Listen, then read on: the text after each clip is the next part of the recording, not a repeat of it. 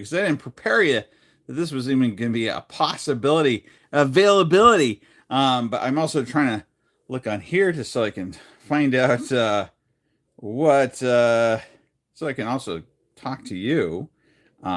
So we'll see if anyone notices this. Mostly, I wanted to get on here because I wanted to test how well this works down here and to see if it gives me any issues.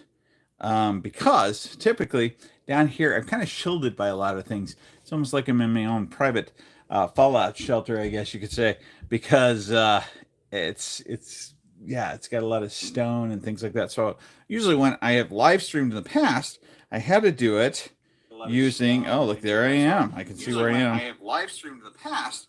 I had to do it. It's slightly behind me. Oh, look, there I am. I can see where I am. But at the same time, there we go. So yeah, when I've live streamed in the past, I had to actually hardwire it. So I have a 50-foot cable that I run up to a router and down to a computer that I keep down here, and then I film through typically a Canon 80D camera, and then use my other microphone. So this time I'm trying it using my just standard phone to see. Oh, there's 5 people on here. Surprising. Just to see how well it works. So you let me know. Is it sticking? Is it juddery? Does it? I can tell it is. It does have a delay on it. I didn't. Oh, hey, Bongo Cat. I can see that you're on here. Hello. How are things on the other side of the world? Yeah, seems fine to you. That's good. Because this could be a way that I could do things. I'm planning on doing a live stream where I'm actually going to make something from start to finish live, which I'm a little nervous about, but at the same time, I can do it. It's kind of funny. I am right now Gator 34K AG.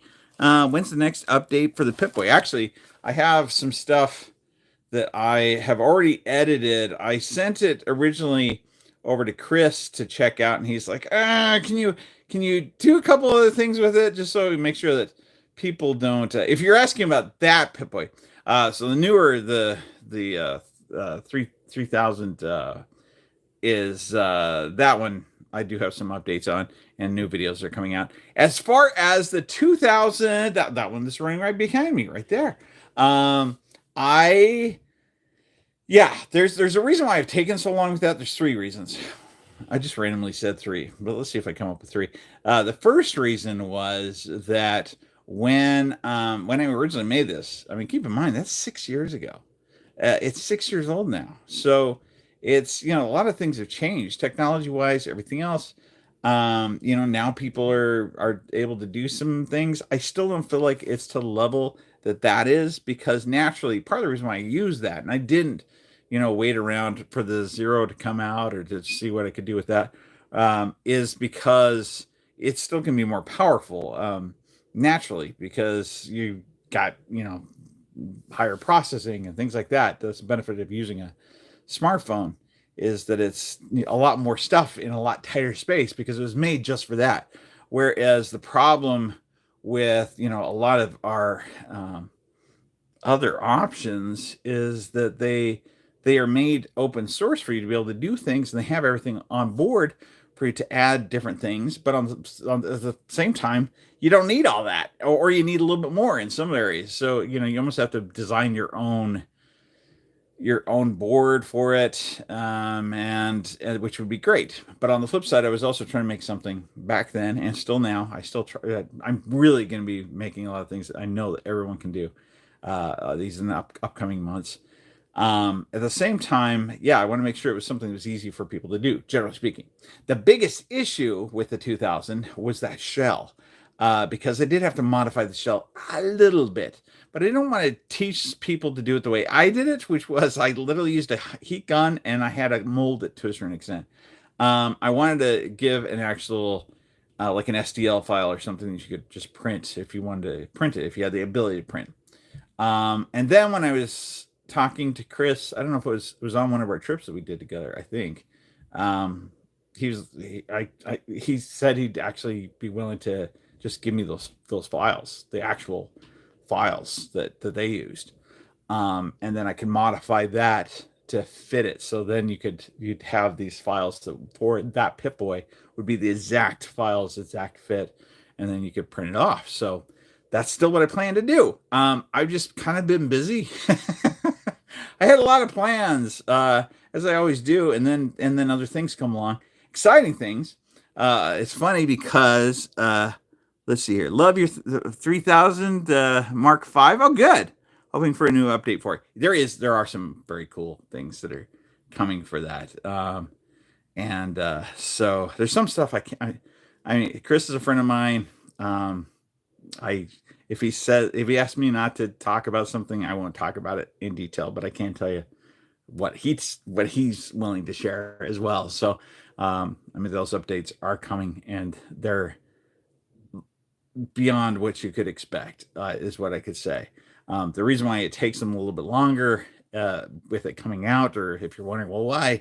The big thing is, I mean, they don't want to have where people do an update and then everyone's complaining about that update and things. They had some workarounds that they had to do. Some people were having some problems with the Windows version that they had. So the computer that you saw me when you saw me do my opening, which I was the first one to do an unboxing on that, literally on the trip. So Chris brought it, gave it to me when we went to New Vegas, and actually the 2 days before I did the unboxing, James was with me, and we unboxed it, and we connected it.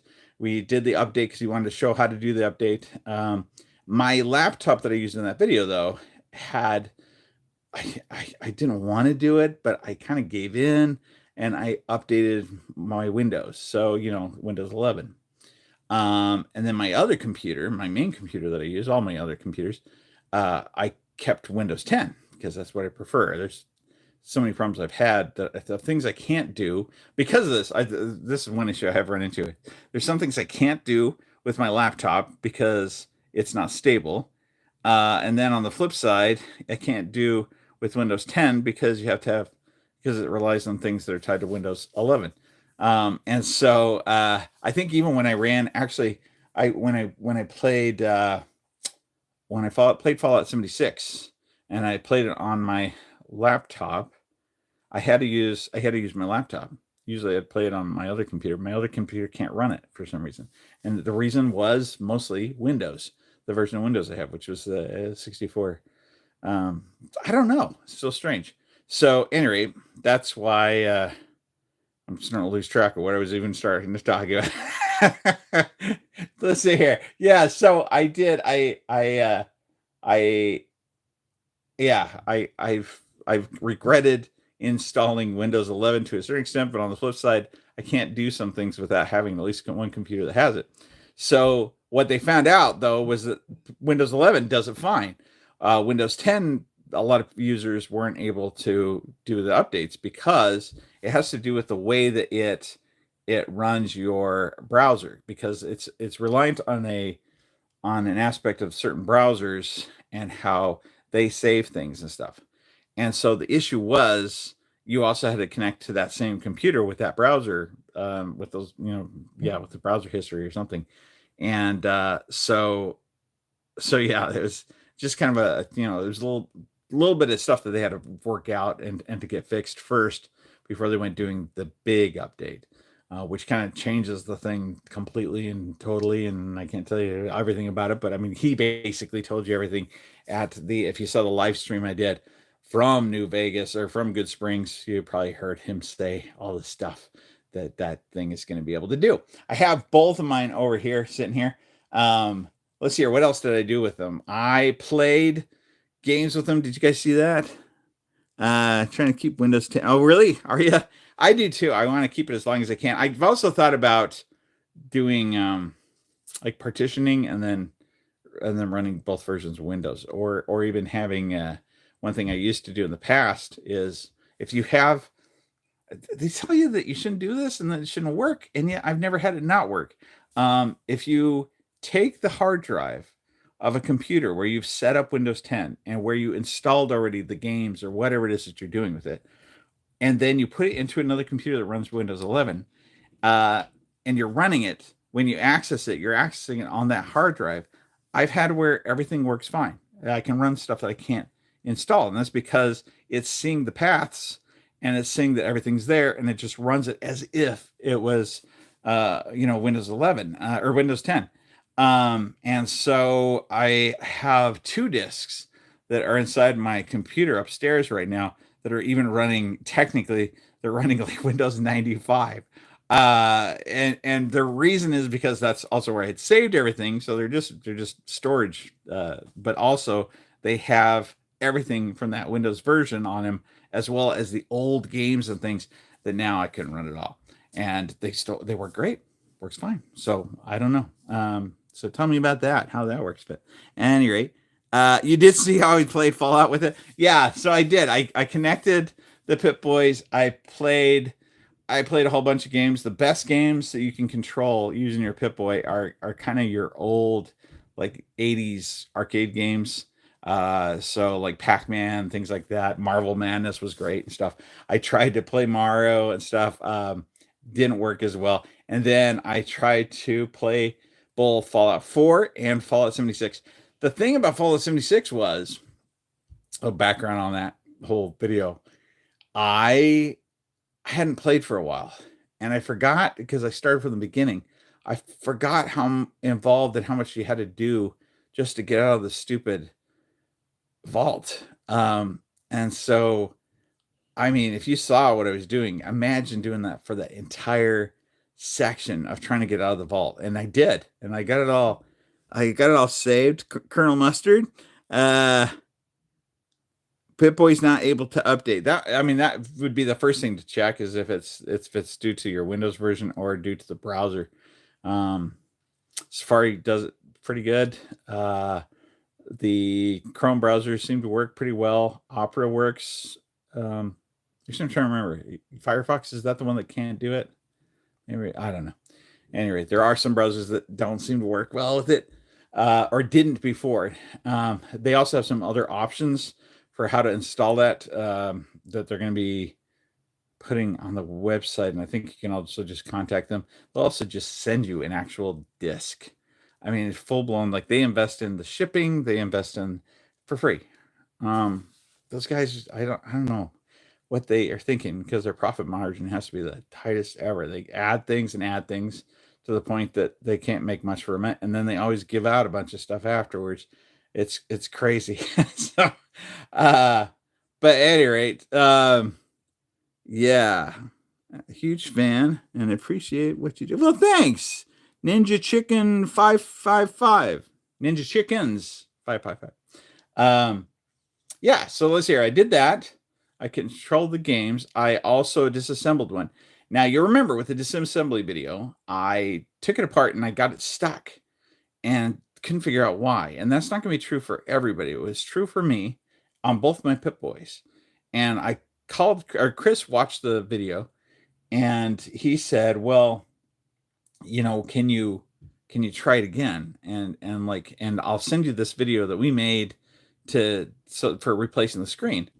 And I watched their video, and I went back in and I tried it on both. I guess I only tried it on one of them initially. Tried it on both Pip-boys, taking them apart, and I did find a way to disassemble it, to get it apart. And I found out what was holding it together, which is a video that's about to come out.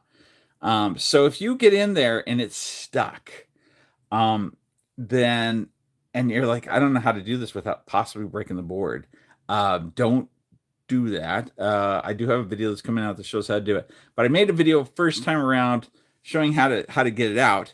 The problem was that one of those 2 Pip-boys, because of this problem, it also stripped the ribbon cable on one of the screens. And so I sent the picture to Chris. I'm kind of like I've been doing a lot of like debugging and testing of some things. So that's been great. But so he said, I'll send you another screen and then try it this other way. So don't release that video, because the last thing we need is people breaking all their screens or the Pip-boys or doing things. And then, we're having to, send out a whole bunch of stuff. And so I appreciate that. I understand that. So I did not do that. And I held on to it. And when I got the new screen that they sent to me, which they send wrapped and wrapped and wrapped. I mean, it came in a box. There's just like nothing but packing paper for the screen that was, like this big. But anyway, and so I was able to put in the screen. I figured out the workarounds and stuff like that. If you got one of the more recent Pip-boys that came out, that shouldn't be an issue if you have to take it apart. I will say though, be really careful because it's now hard to ruin that screen. Let me see if I can reach over here. I can be really careful because there's secret stuff on the other side of this camera I'm not allowed to show you. That I'll tell you about here in a sec. All right, so here's. Let me see if this is the one that. These have been sitting in here for months. Oh, look at that. Since I first charged it, the first time I charged it, I haven't charged it.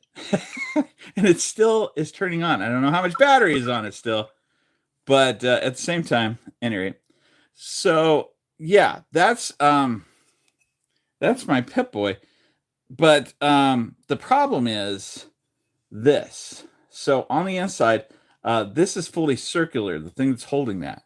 And that pushes up right next to, or is right underneath where that ribbon cable is. So if you push that through, or if it gets pulled out, it will strip the ribbon cable and your screen's not going to work anymore. And so you do need to take it apart in a very specific way to prevent that. And I would recommend that if you are not replacing the screen because it didn't work when it got to you, don't take the thing apart. If you take it apart and you're modifying it, or you modify the disk and then, the update comes out and you're like, I can't do the update now. Like that's kind of on you is my feeling of that. But at the same time, my computer won't pick up my Pip-boy. Yeah, I do. So I'm guessing Windows 10. Colonel Mustard, is that? Are you running Windows 10? Yeah. So try updating your USB drivers first. Try that. If you have access to a computer that has Windows 11, try it. You could plug it in right now and it should work. And it goes from there. Because if you put it in, it's not recognizing it. That's probably why. The other way is that you can go in.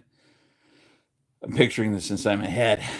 So with Windows 10, you can go in there. You can go into your management, and then you can disable those USB drivers, and then or uninstall and reinstall them. That's another way to try it. But honestly, it mostly has to do with Windows 10, a certain version of it, which is the same one I have. But yeah, supposedly it's worked around. If you still can't do it after that, or you don't have another way to access it, contact the one company and they'll give you another way to get those files and get them into your Pip-boy. And so that's not hard at all. But anyway, it's super nice of them to put out additional things while they're trying to figure it out. But that's also the reason why they haven't had another update yet, is they don't want to do another update till literally everyone's able to update pretty easily. So anyway, yeah, there you go. Mine before an update would make a high-pitched noise after being on for a day on charge. That doesn't sound good. This is Darren Pavel. Was it really, really, really faint but kind of high-pitched? Because that's often what that might be. Is so right underneath here is the speaker. And so the speakers located, it's flipped upside down, and then the sound is coming out right along here. So that's how they used these gaps that were on the real one, to rather than having to put in vents, because there's no vents on this version. And so it's possible that two of the wires are kind of close together. And then when you're getting that low power, it's kind of like in a car or other things, that you're getting that weird feedback. You can fix that pretty easily. So literally on here, not to give you the whole video of what I'm about to release anyways, but at the same time. So, all right, like this. So I just open this up like so. You're going to be taking out this pad like so. you'll take out this. Oops, right here. I haven't done it with my nails before, but let's see if I can do it. Let's see. There it goes. Okay, pulling that out like that. Take all of these screws out. Take this screw out. Take out your battery. Unplug the battery before you go taking it apart. This will pull open like so, and you will see that speaker, and you just want to see if whatever wires are in there, I push them farther apart or make sure they're not connected.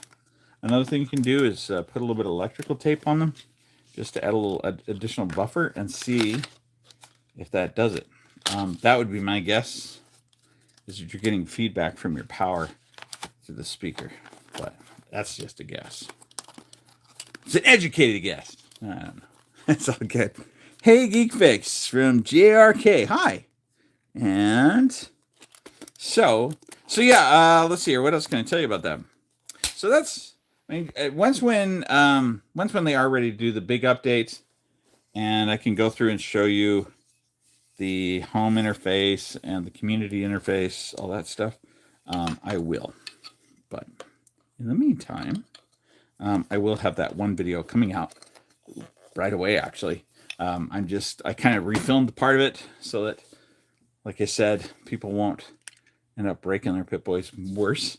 Just tweaking the video so that it does show a good way to do everything on it, how to take it apart, and how to make an easy bake tool, basically, like a plastic spatula or something that will also help if yours is like stuck like mine. If you received one of the more recent ones, it seems like those just come right apart. I don't know. Must be just the early section of them.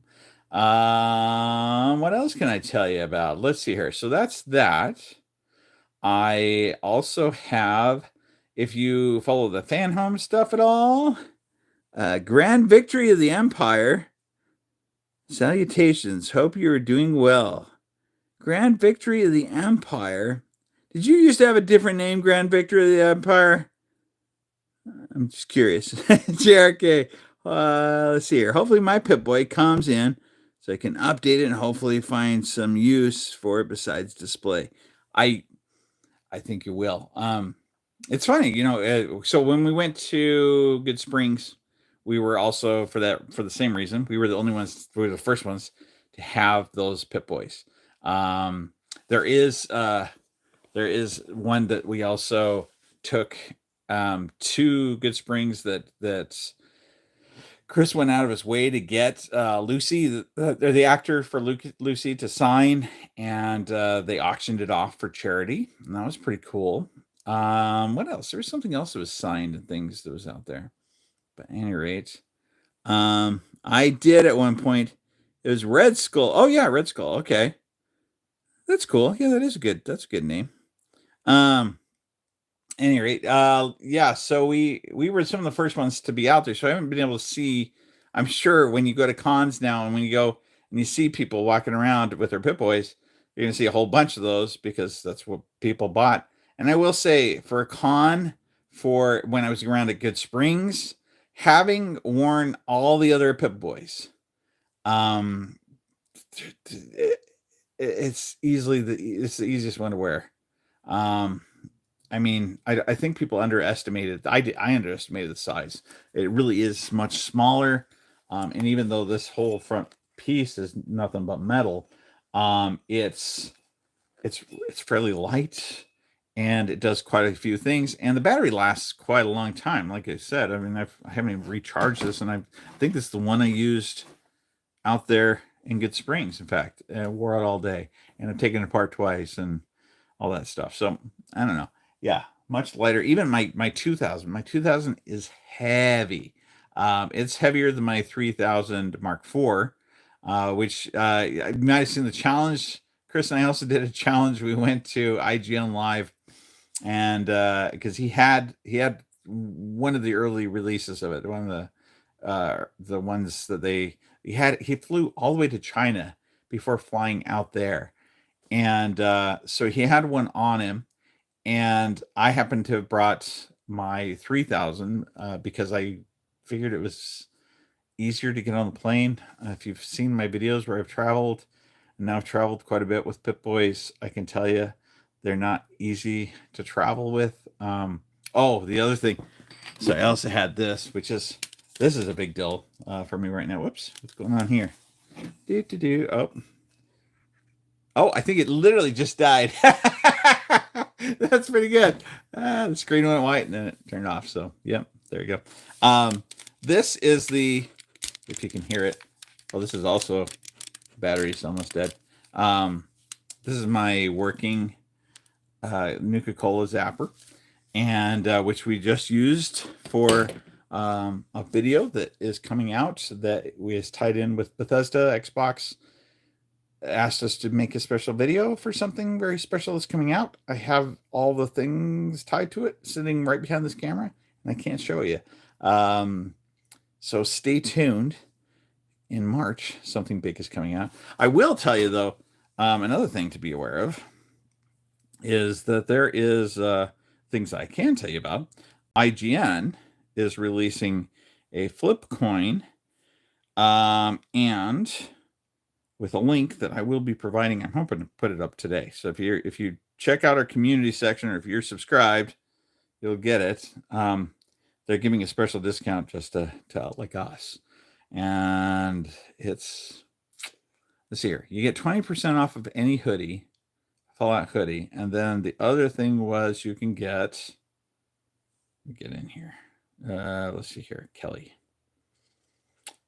says, limited edition Fallout General issue Decision coin black and white replica, which looks like this right there.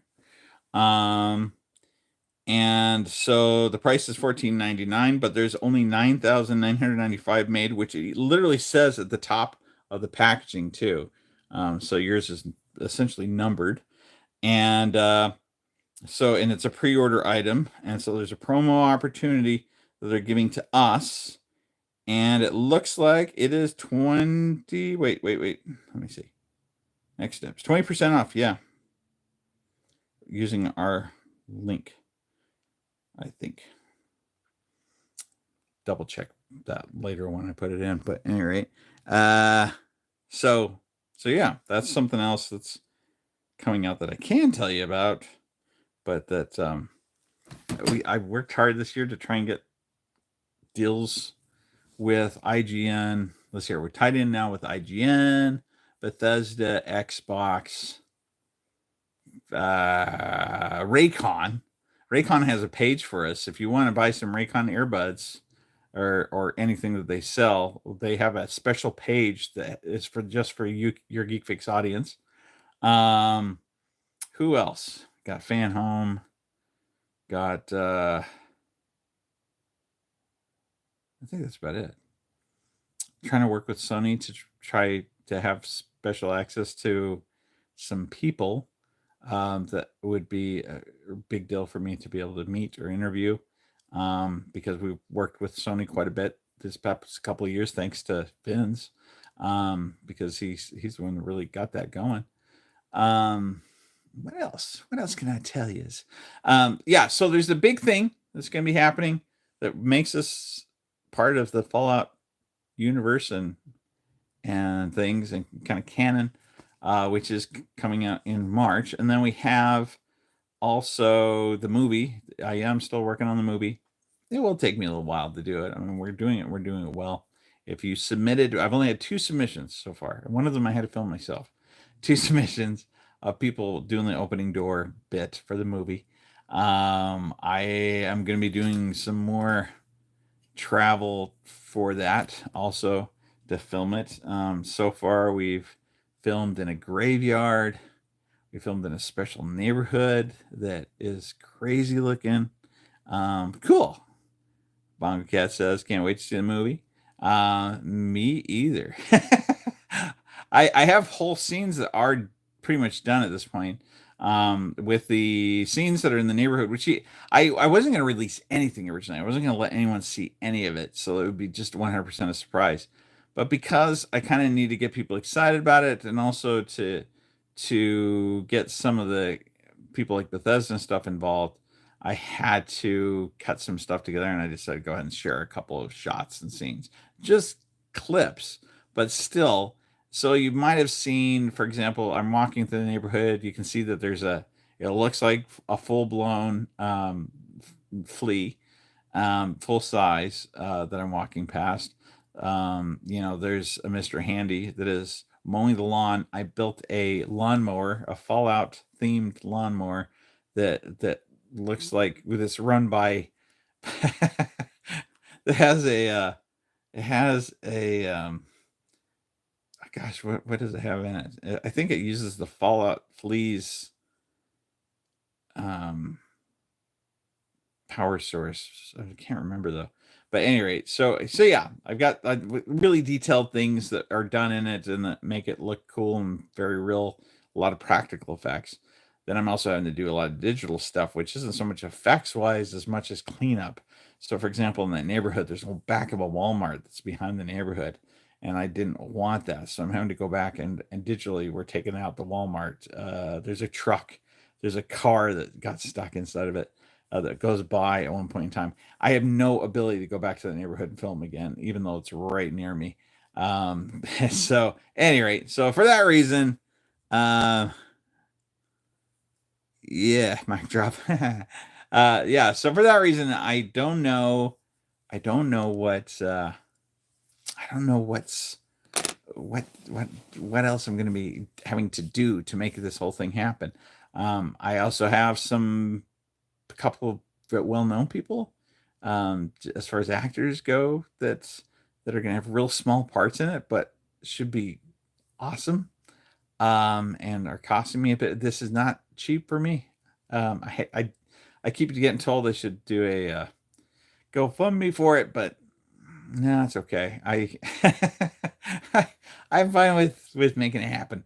I'm building an actual full scale portions of that vault, because I have to basically build at least a section that's going to match up with a 1/6 scale model that I'm also making, or half scale, 1/6 scale model, and then yeah, just a lot of cool pieces. I've got people that are working on neat parts. For example, there's some artwork that's been done by one of my favorite YouTube and Instagram artists. That's very she does a lot of Fallout related stuff. She goes by 3 different names that or just two. I can't remember. I think it's two, three. But anyway, and I have links to all of her stuff actually in one of my last videos, but amazing artwork.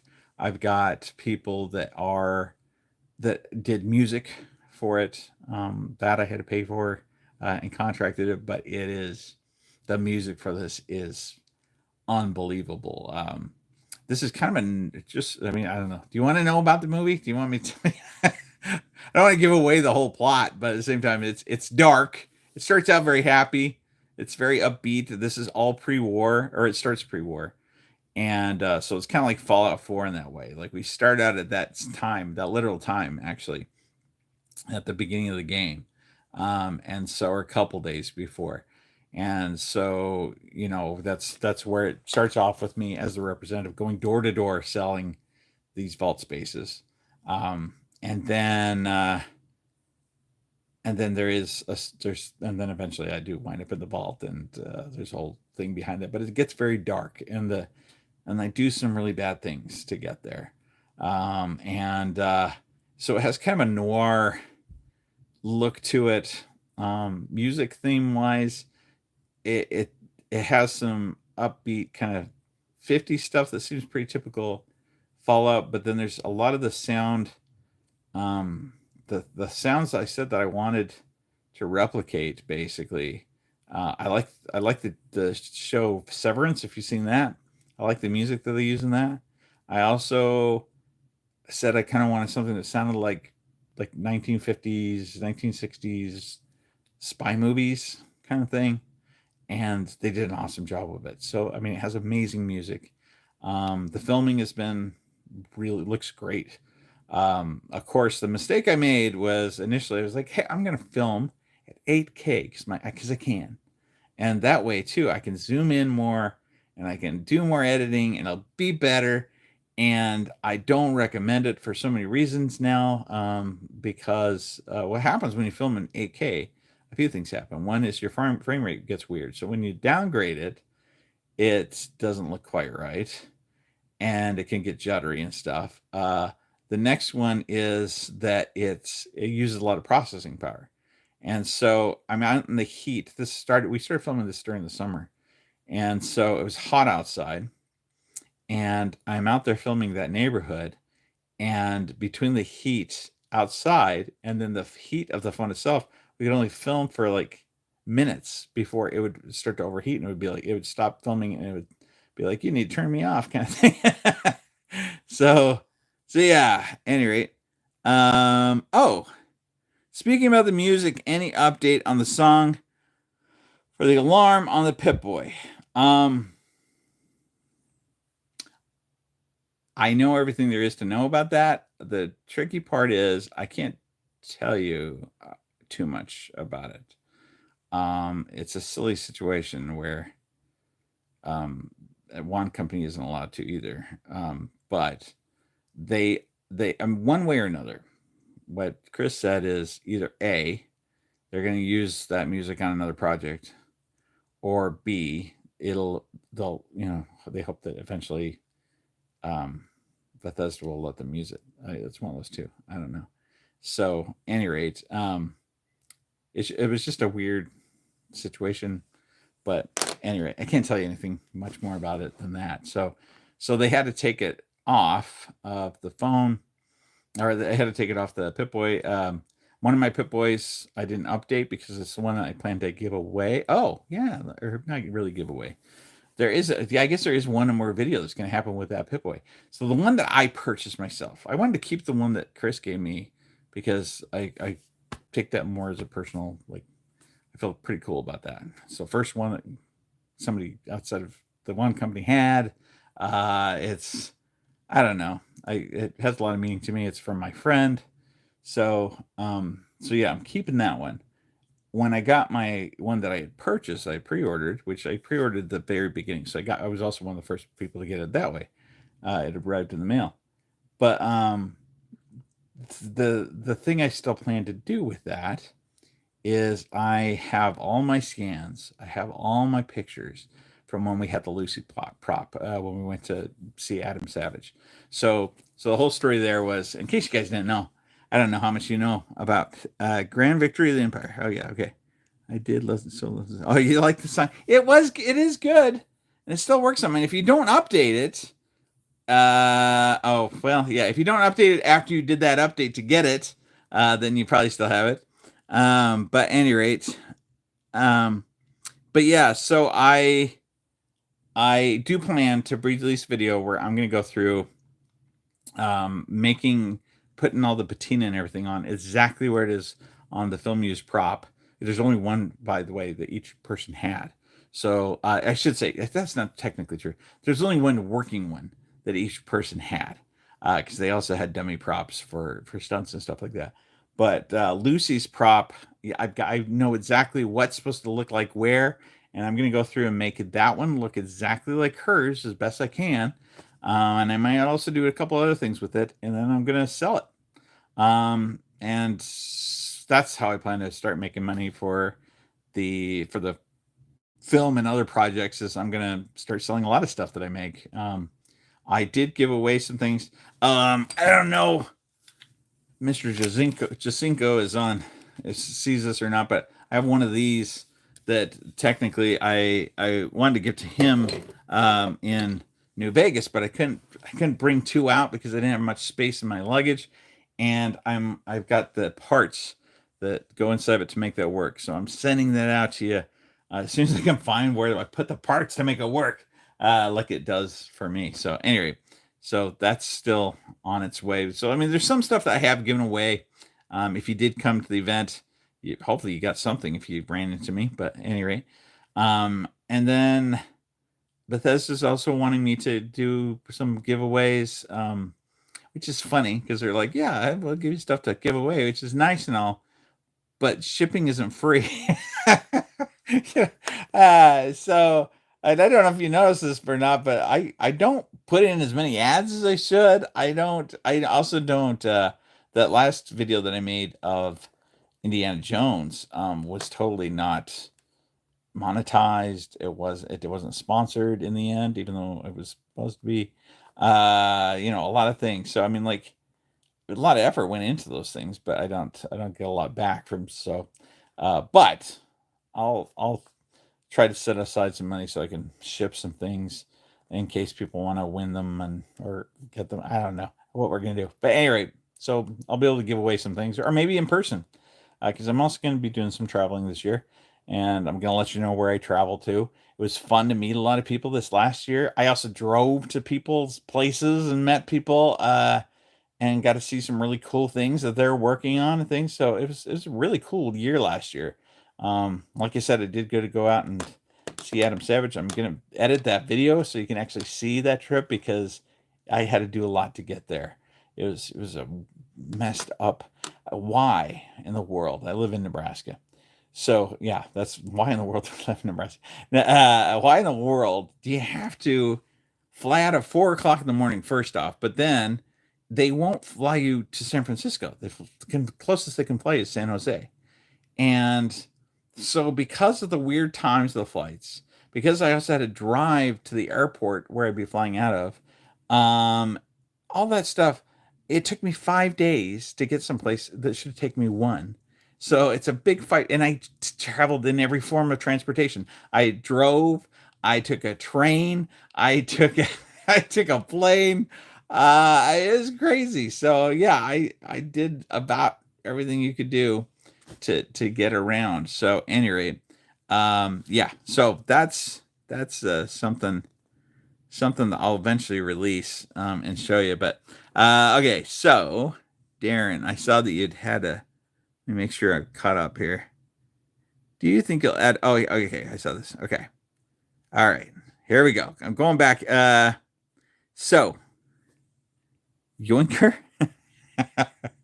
do you think they'll add an idle hum or visual effect when changing screens on the Pip-boy like in the games? I'm guessing then you didn't do the update or you didn't get it updated because they did add that. Uh, there's the hum and then also the screen. Uh, if you don't update it, then you'll notice that there's no sound change, and there's also when you turn it off, it just kind of turns off. If you did the update, you'll see that the screen turns up like it turns off like a CRT, so it goes down to the little dot and then disappears, and it makes a different type of sound. And then when you're switching, it also makes more of a like that weird grindy whatever, and then it does a little bit of a flashy thing on the screen when you switch. That was the last update that they did, and probably the last one for a little bit. But at any rate, so hopefully that answers your question. I don't know. And then I just got my Pip-boy because they didn't see the order. Well, that's not good. Okay, that was Colonel Mustard. Darren Pavel says, just don't use that Pip-boy in the movie playing the song. Yeah, that's true. So, I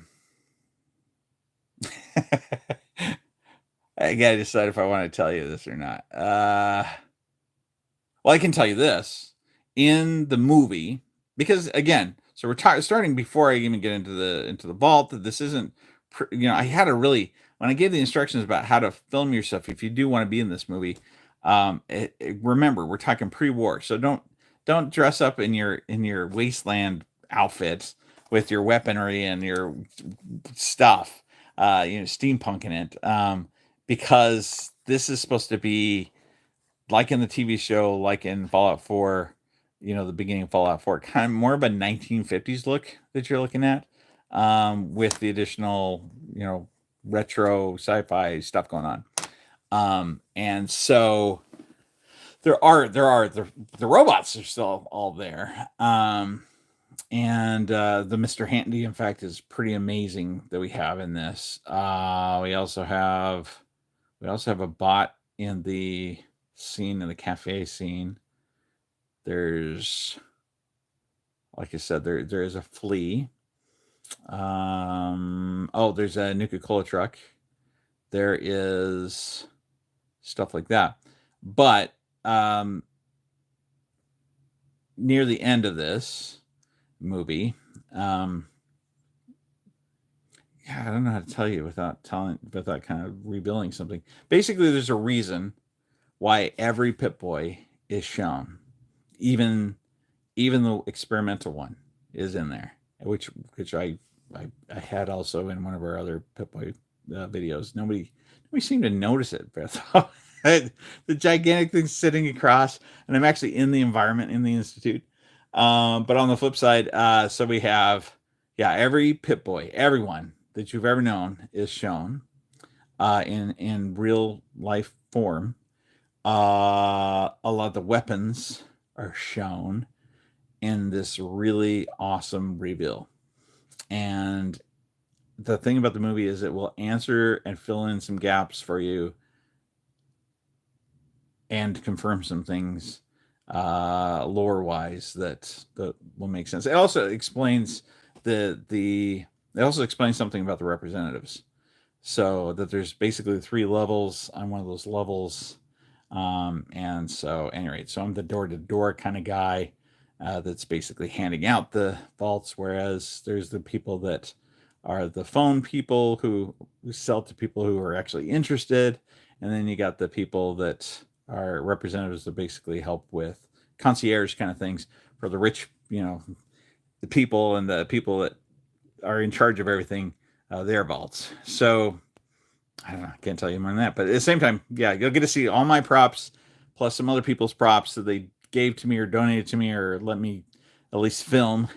And if you have a cool prop and you're thinking you want it seen, maybe I can figure out some way where you can film it and we can integrate it or something. I don't know. Feel free to reach out to me. I did see a couple people did make purchases on IGN. They sent me their purchase, and I can actually verify those because what happens is it goes through Shopify, and so it actually lets me see if it just lets me track it down.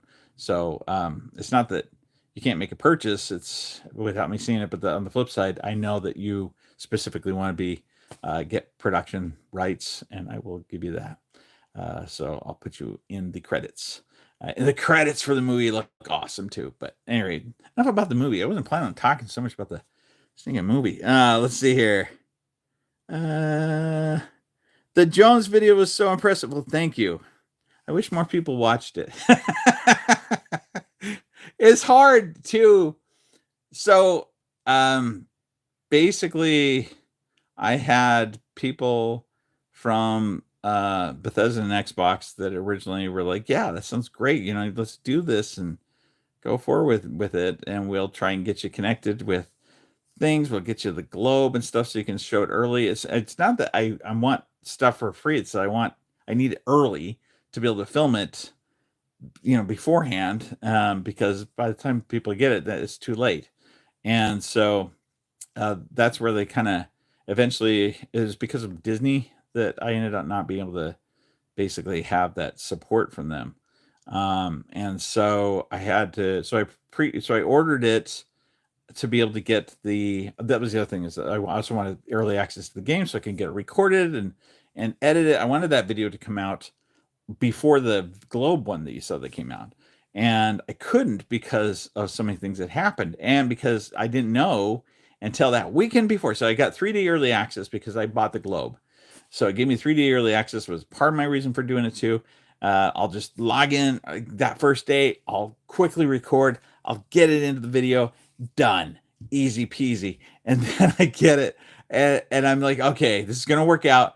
And I got this email. Oh, actually, I didn't get it. Actually, I should say I was supposed to get it that 3 days before. So I was supposed to get it the Friday before everyone else got theirs. And so it arrives, or it didn't arrive. I got an email instead. An email that says, the Globe won't show up until next Monday. Sorry for the delay. But you can still get your early access. But in order to get the early access, you have to go onto this website. You have to fill out this stuff. You have to send us copies of your purchase, like the receipts and things. So I had to like do snapshots of those, send through images, like all sorts of crazy stuff to be able to get it. And then you have to wait for somebody to actually physically review it. So it's not like it's immediate either. So okay, so that's one of the 3 days gone early for me to get it filmed. Okay, that's okay. I can still quickly film this. It's only a few scenes I need of the video. If I can just get that integrated and stuff, everything else is done. All I have to do is do that, and I can edit it, get it out.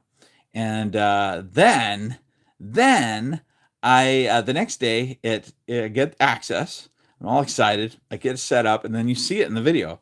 I'm sitting there. I'm getting hyped. It takes a long time to install because it's a big game, and then you watch the bar go across, and all of a sudden this thing pops up and says sorry, because I was still using a GTX, which I loved my, what is it, 4080 or 90? I can't remember what I had. But at any rate, GTX is no longer, period, going to be supported. Everything's going to have integrated ray tracing, so it's like you cannot play a game without having RTX. And then I was stuck with this weird thing. Well, I could just give up.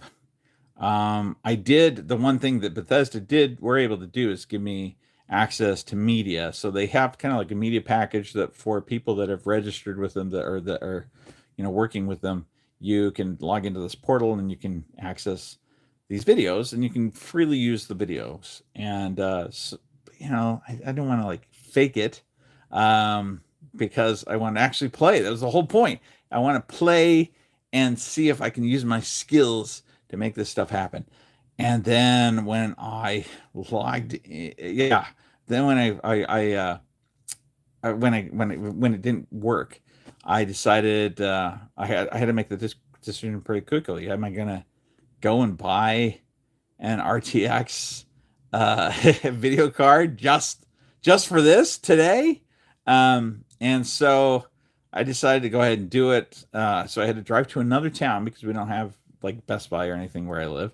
So I had to drive to another town and went to Best Buy, and they only had a certain one, but that's okay because for the size of my computer, I kind of was worried I wouldn't be able to fit one of the bigger ones in there. Anyways, the power level and everything else was just right with this one. It's actually better than what my other one was. I stuck it in. I was like, I don't know. I hope this works. And sure enough, it worked smoothly, perfect. Got to play the game. Everything went good. But by that point in time, the days had just kind of rolled by, and so it took me longer and longer to release it. And then I also had to go through and do special things and have a review from YouTube, because remember, this video had me firing firearms and taking them apart and then showing in a box and stuff like that. Like, there's too many themes that YouTube doesn't like.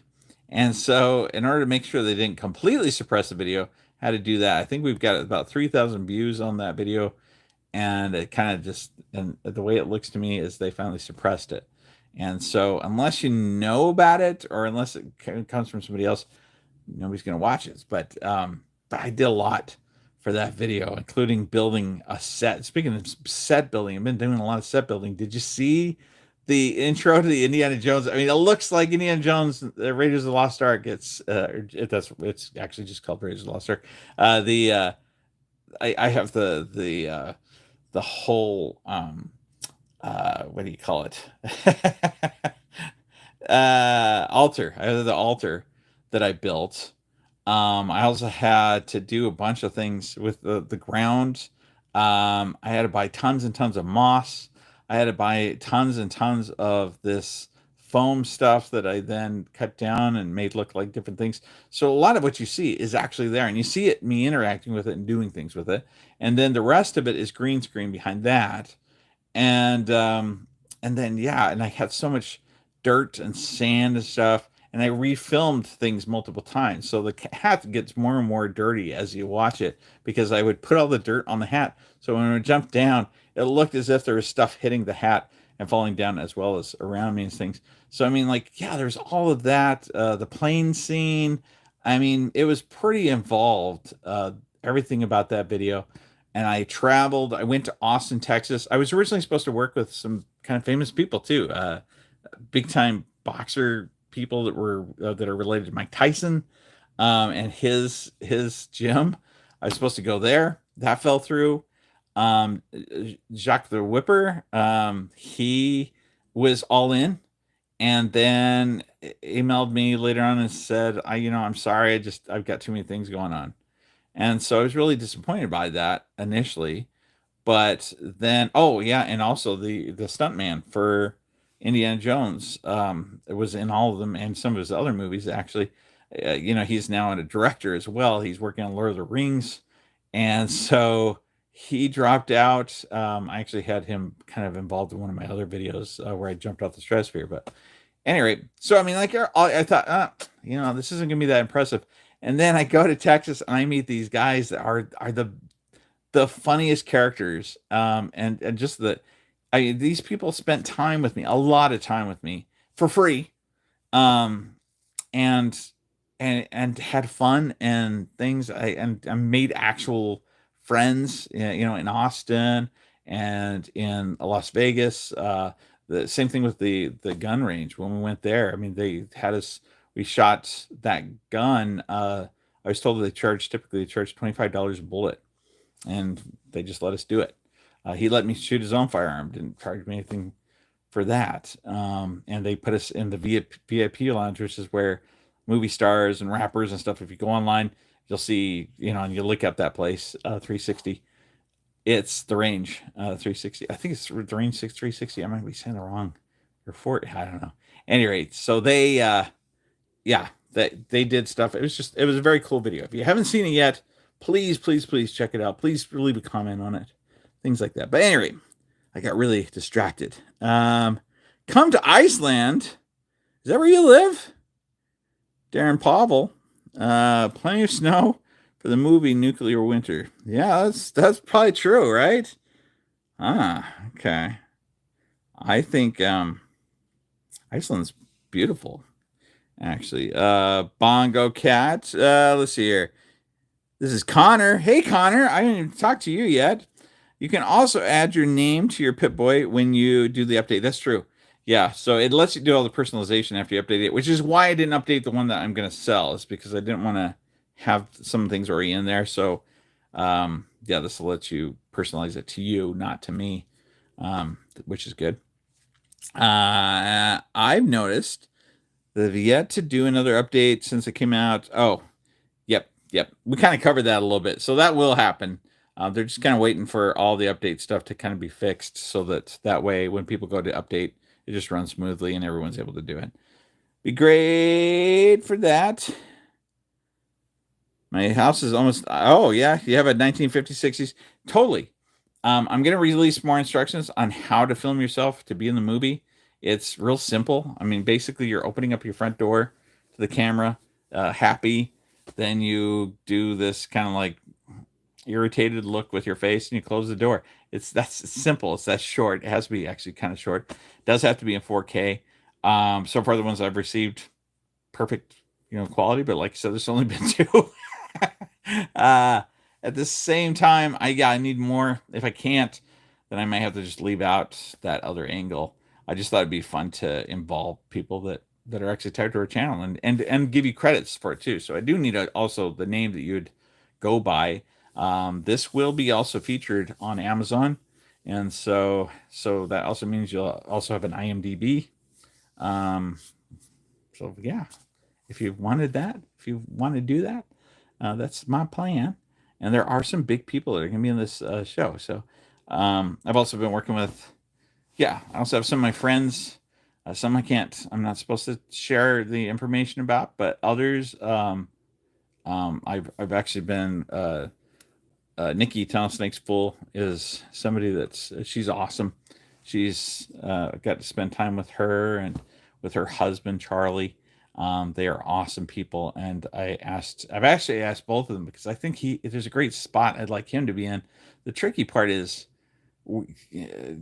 locations, because for that scene you need to be in the same location, and you need to have a location that I can have access to without having much problems. I have a place here for the diner that I can film at midnight and use it completely, and they don't have a problem with it, and wouldn't cost me too much money.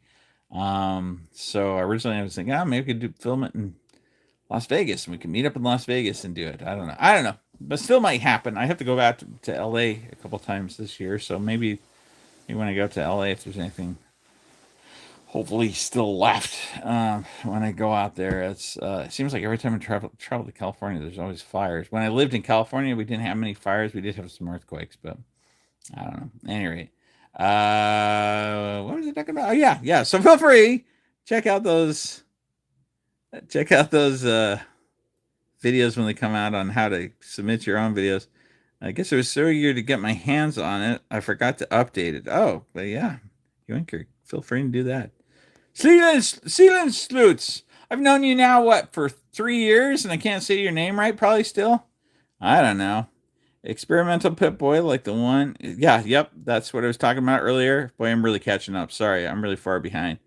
Let's see here. How many people do you need to do door salesman?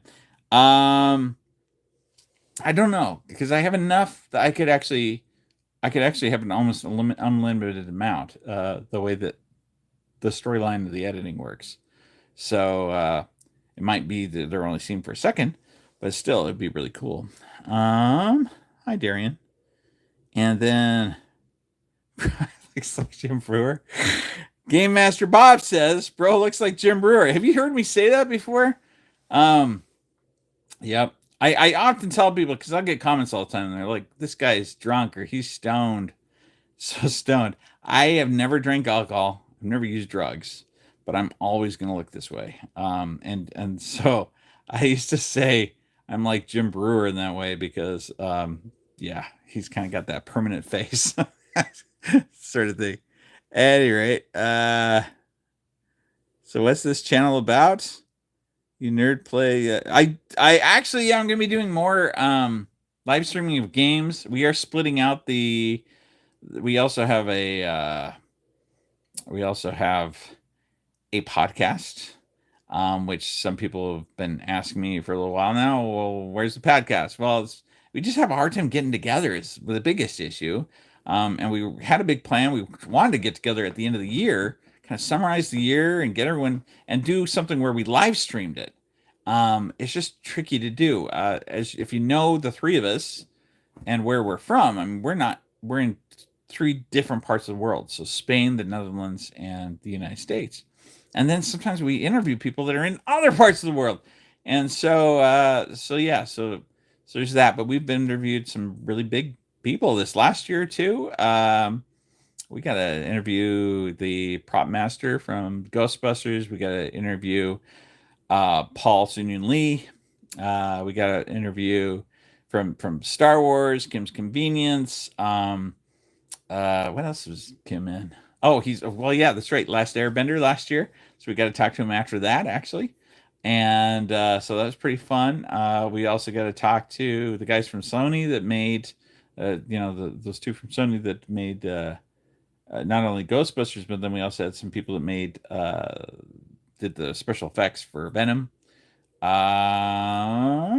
And Chris, of course, we talked to again. That was actually what kicked off a lot of things last year. Got to see Adam Savage, things like that. So this has been kind of a big last year. It was last year. And then, and then I build stuff. And like I said, I'm going to do some live building. And that's going to be big. And I'm also going to try doing that through Twitch. So there you go. So that's the plan. With that, he creates cool. Well, thanks, Bongo Cat. You filled in that part actually for me.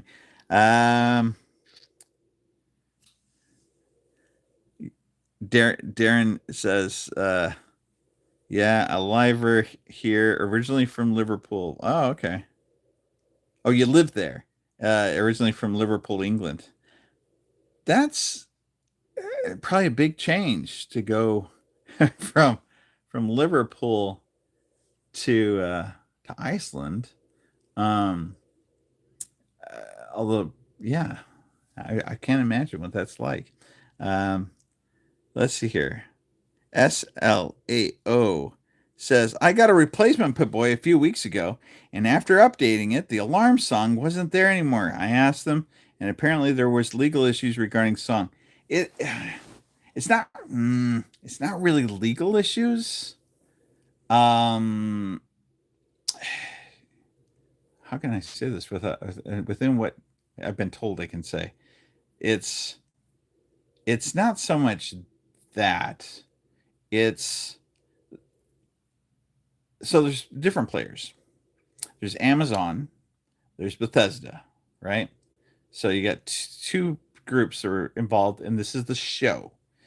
And if you watched the interview we did with Chris about the Pokeballs, you probably saw that the one issue that they ran into with those was the fact that they wanted to make the belt or to do the mini Pokeballs, and originally the the Pokemon people said no. And the reason is because when you get a license, those licenses are limited to a specific IP within what they have. And so they're like, well, that no, it has to only what happens in the game. So you can't do anything that relates to the anime or to other things or to whatever. It has to be tied to the games. And then you have to go back and present it to them and say, hey, can you let us do this or that? The song wasn't in the show. They sought permission and thought they had permission to put this song in, and then after the fact they were like, well, no, this is, and you're a license holder. You're not, just because you were allowed to build the thing doesn't mean that you that you can do things in certain ways. Yeah, it gives you access to be able to sell things and to stay, but they still have to give approval on some things. That's really more what it's about. So it could still come back. It, but if it doesn't, Chris said that they're going to try and use it some other way. I mean, they put a lot of effort into it. They hired two singers. They rented this place for doing an actual. I mean, they went into an actual recording studio. I mean, it was a big deal. So yeah, they're not going to let that just go to waste because they spent a bit of money on it. So, any rate, so it will come through in something, and this is not the last Fallout thing that they're making. So, stay tuned. I can't tell you anything else about that either. So there you go. I have tons of secrets in my head that I can't tell you anything about. Period. And I have some things like I'm only going to tell you what I've seen Chris or the one company put out themselves, either on Facebook or whatever. So it doesn't do me a lot of good to know the secrets because outside for myself, I guess. But anyway, so that was a song thing. Oh, those videos are not up yet. I'd be interested in sending something. Oh, yeah. If you're interested in making a video, I will definitely be putting together the video pretty soon. What my plan was is I'm actually making a making of my other Pip-boy videos because a lot of the behind the scenes on those, there's so much behind the scenes, and I kept it all with the plan that I would make a behind the scenes video, um, 3 or 4 years ago, and now I'm going to release it. But I thought I'd tag at the end ways for I'll give you the exact instructions on how to make your video. Submit it to me. We got plenty of time. Take your time with it, but I'll give you the exact scaling and position and everything else that you'll need for that. So, any rate, Jim Brewer, more like Jim Sober. Good one, Connor. Can I run the Pip-boy connected with the battery disconnected to save the battery from overcharging? I don't. I don't know. Because I haven't tried it. I mean, I get what you mean because then it would bypass it. Maybe it depends. I didn't look closely enough. Some devices, uh, kind of like even with this, they what they do is they kind of run through a loop to make sure that certain things work a certain way and that they're there. That way, it prevents it from blowing itself up.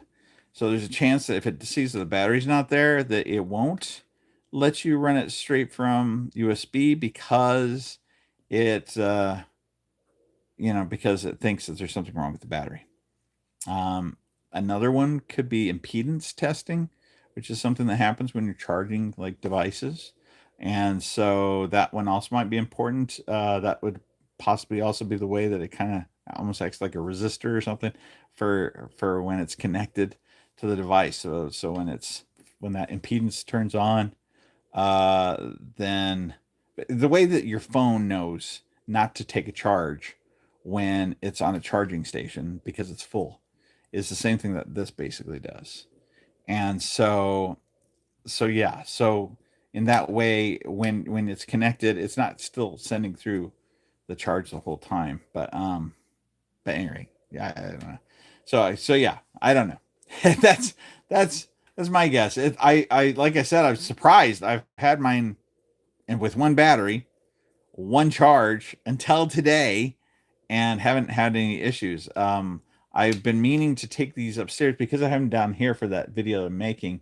I haven't put it upstairs. I have a whole setup in my bedroom upstairs, our office bedroom, that I hope to actually eventually show. I'd like to do the switch to doing the podcast from there because it's so much easier for me to do. Otherwise, I have to bring everything downstairs. So yeah, I've got a nice setup. I'm gonna have that with it. It also has one of my other Pip-boys will be near it. My arc reactor, things like that. But anyway, so good question. You can indeed disconnect the battery. Oh, look, well, I should have kept reading. Darian did it already. So that's what Drew's is doing right now, disconnecting it.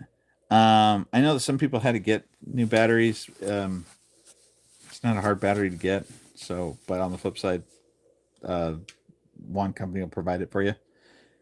If Amazon approached you and asked if you wanted a part in Fallout Season 2, but you had to scrap your own movie, would you? Um,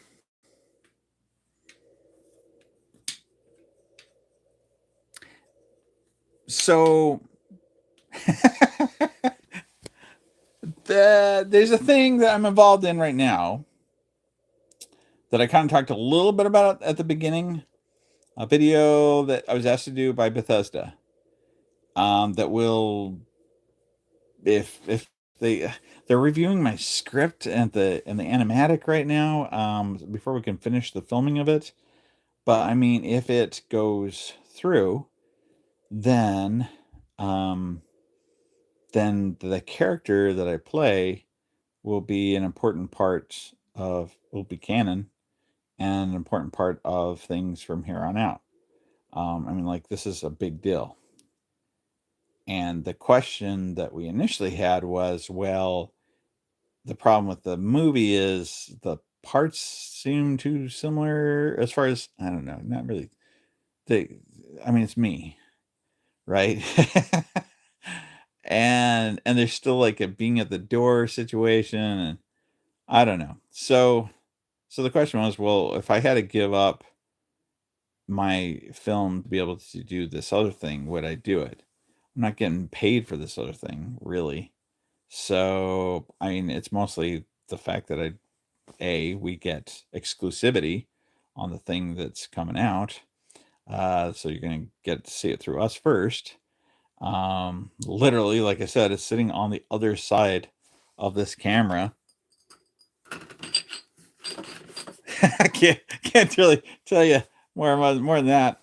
A lot of metal involved, things like that. But anyway, and it's related to one of my favorite items, and it is my favorite item in Fallout. So anyway, so the question was, well, if I have to pick, what would I do? And that's very hard. If they, I don't know. I don't think I would. I don't. I think yeah. I think I would still just go ahead and do my own project. But if they told me nope, you have to. If I could be in the series, like with an actual part or something, I mean, maybe I I think no, I really feel good about this movie we're making. I really do. I think it's very exciting, very cool. And the way it's coming out so far is so dramatic. I showed the only people that get to have seen this are some of the people that are involved in it. I'm hoping to sit down with Nikki and a couple of other people, Elizabeth stuff to show them some of the scenes so far.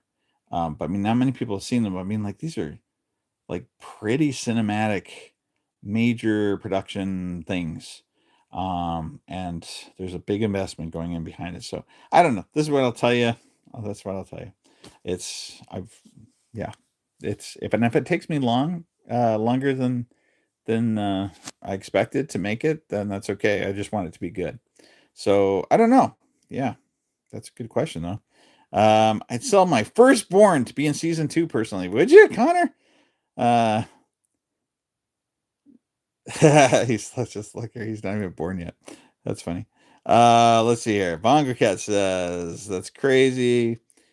I watched your SLAO says I watched your Chris Bernardo Q&A from the New Vegas event, and I got excited when he mentioned the Starfield watch. Oh, really? You get excited about that?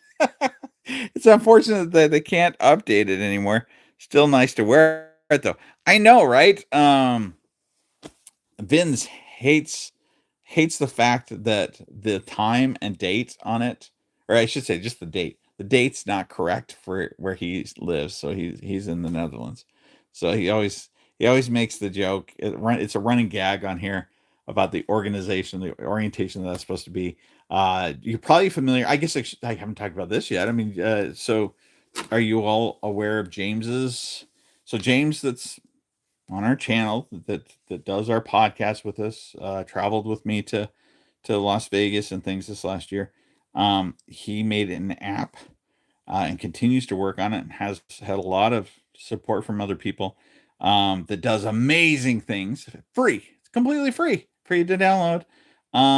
It's hard to release on Apple because they charge you on Apple, and there's I don't know. I think that was the reason. I can't remember. Hopefully James drops a comment in here to answer that. But at the same time, it's called Pip-droid. So if you go into your store, then you'll be able to see. First, let me see if I can turn up the brightness on this. Shows up on my camera.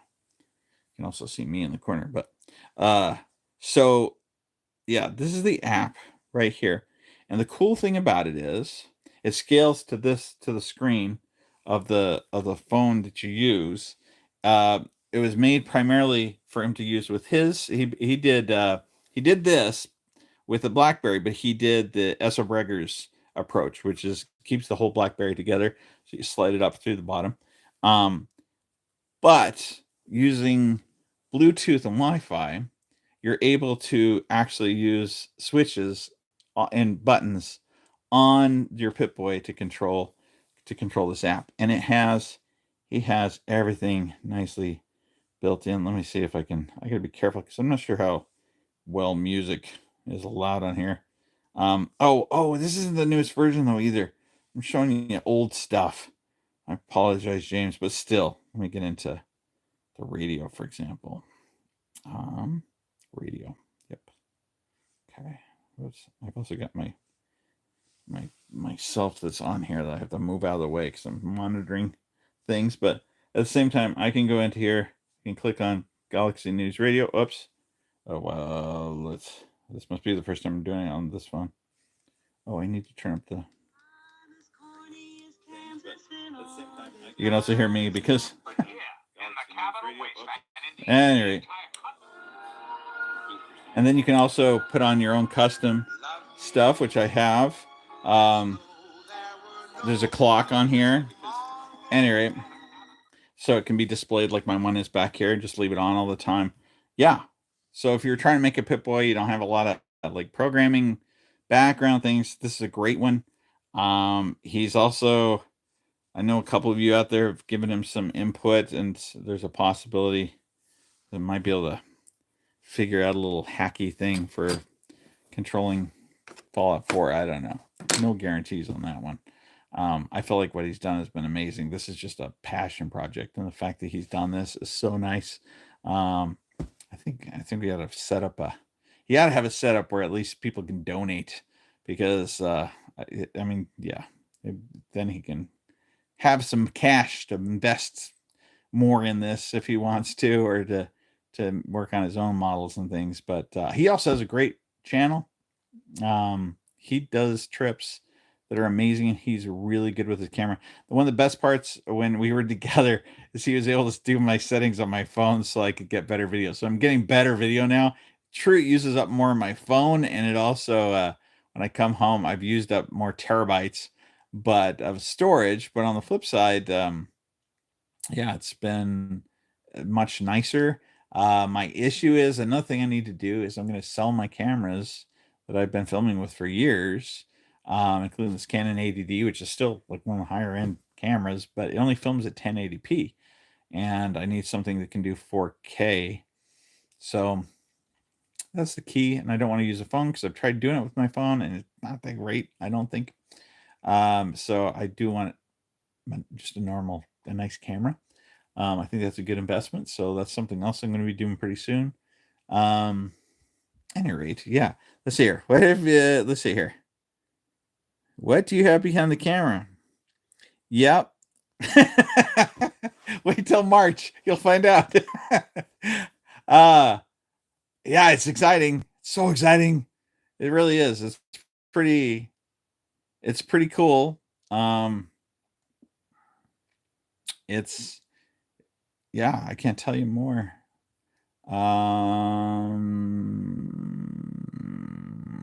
I could tease this.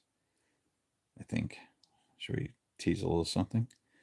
You write down below. If I get 3 people to say that you want me to tease what that thing is or what it relates to, then send me a comment. I know it's that this stream is off by a few seconds.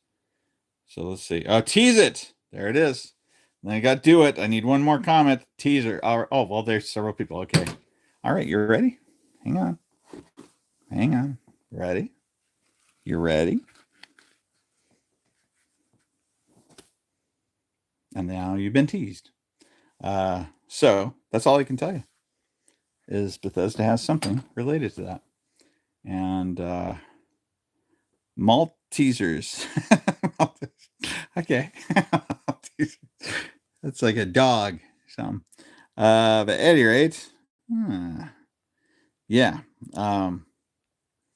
We actually, if you were in Good Springs, you might be a part of that. Some of the videos for that particular thing. So, at any rate, wait and see. We did a challenge when we were there in Good Springs, and it was pretty fun. I might do it again. Is anyone on here in Good Springs? Like, let me know right down below because I'd be curious if you were there, or if you saw me while you were there. Be interested. I gave away a lot of stuff so fast. I had no idea.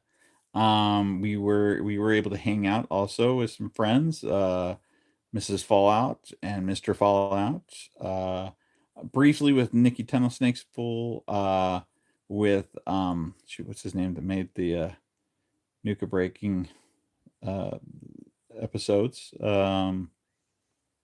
That's right. Yeah, Connor was there. Oh, that's right. Forgot. Sorry about that, Connor. I saw you more than one day too, didn't I? I think I did. Yeah. If you know what, right after we left there too, they set up all the sets for filming this season of Fallout for the TV series. So they actually came into town and filmed there.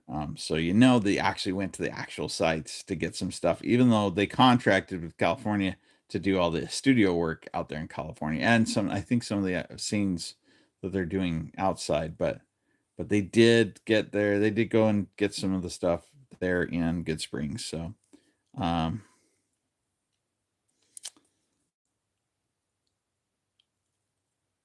that's pretty good. It's from Fallout Tactics, huh? A lot of people don't even know who he is, and that is the character. The thing to know about it too is that here's my outfit. Yeah. Oh no, the P is coming apart. What? Gotta fix that. So yeah, Nuka Cola Phil. Um, he is. There's not just one.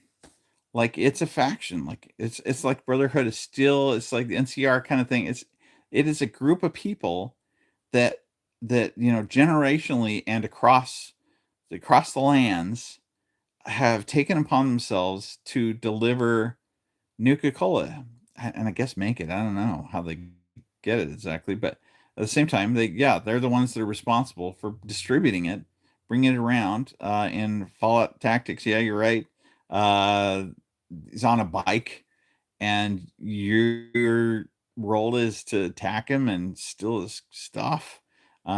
He's wearing like a Nuka Cola jacket, and he has a Nuka Cola bike and a Nuka Cola hat and a Nuka Cola t-shirt, and he hates his job. And but yeah, he's a big part of the lore actually, and he has to, and that group of people still has to be involved now, even or throughout. And then there's the rumor that it goes back to pre-war, and so I'm trying to play that pre-war Nuka Cola individual, and I've done that in a couple of my videos already. So this isn't giving away too much, but yeah, um, but yeah, they wanted to do some teasing. I'm going to tease a little bit without telling you what it is or anything else that is related to it. So, let's see here. Okay.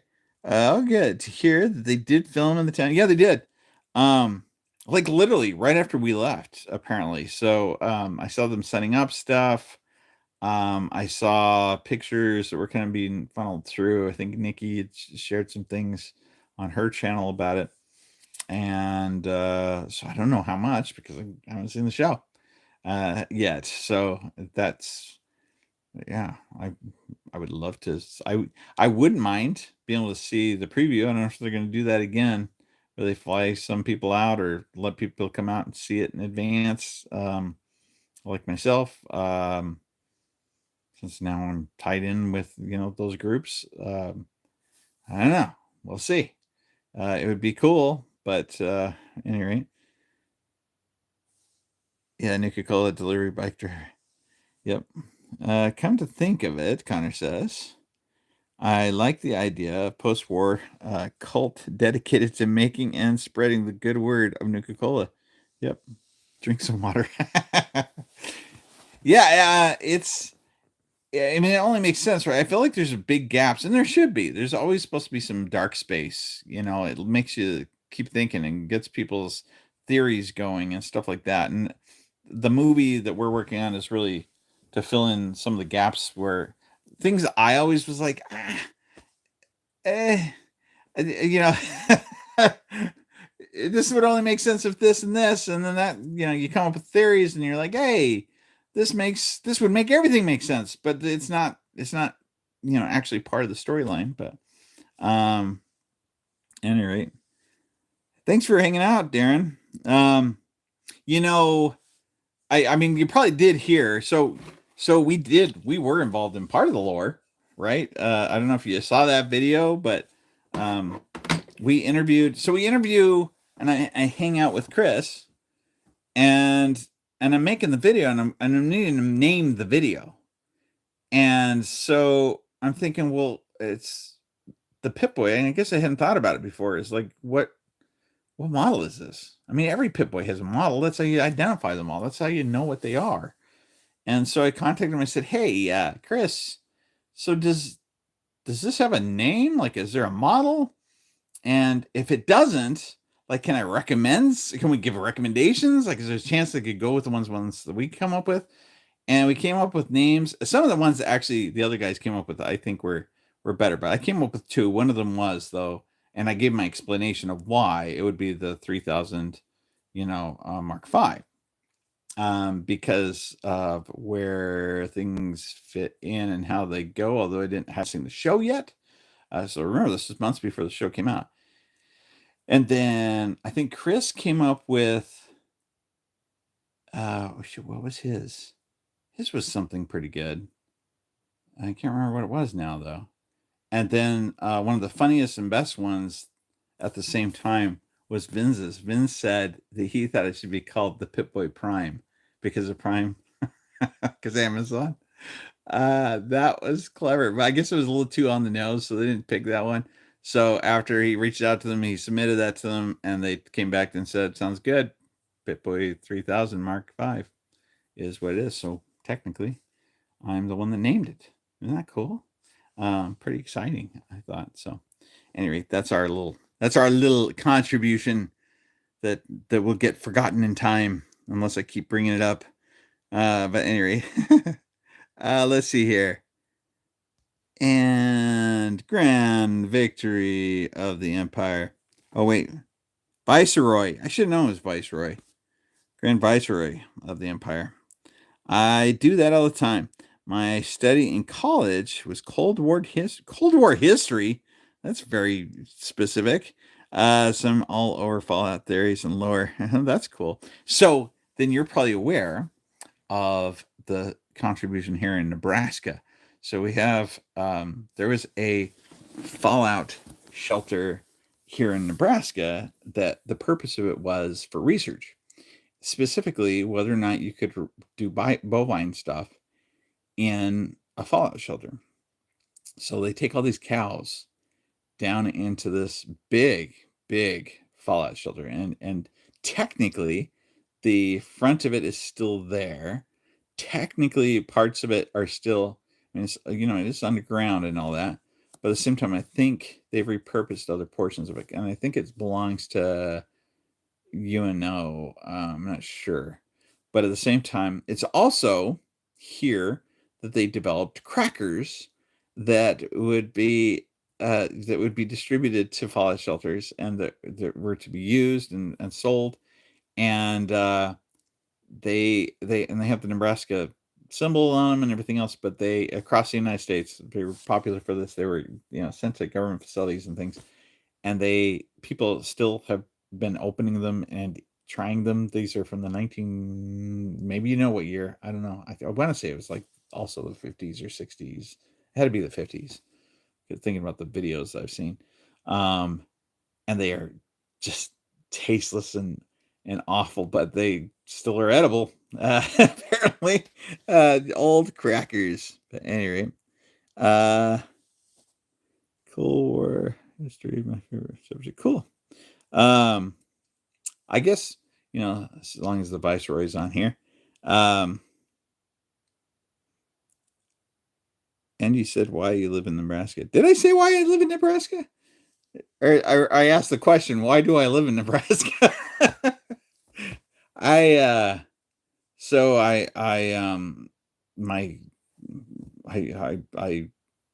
basically, the thing about when you go to finish your doctorate and stuff, it's not like a lot of other degrees where it's like, oh, just get your doctorate. You then have to go and you have to do actual practice and a postdoc and things like that.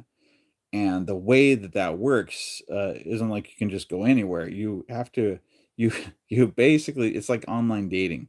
You apply to a bunch of different sites across the country and Canada. It's US and Canada is where you have to compete. And then you rank them, they rank you. And for me, it was Nebraska. It was where I ended up winding up. And I planned that I would move back to Arizona after that. And then I just kept getting good jobs. I currently work for a hospital I enjoy, and so that's why I'm in Nebraska. And I got to say, after COVID and stuff, honestly, we pulled through that really well here, and cost of living here is great. It's very stable economy. It's jobs pay pretty well here. So I think here, and I think Texas is kind of similar. I don't know, but at any rate, so yeah, that's why I'm still in Nebraska, even though I hate the cold. I am terrified of, actually, for the longest time, tornadoes have been one of my biggest fears. And so I don't know. And I've been through earthquakes, I've been through major other things, but tornadoes, for some reason, just, I don't like tornadoes at all.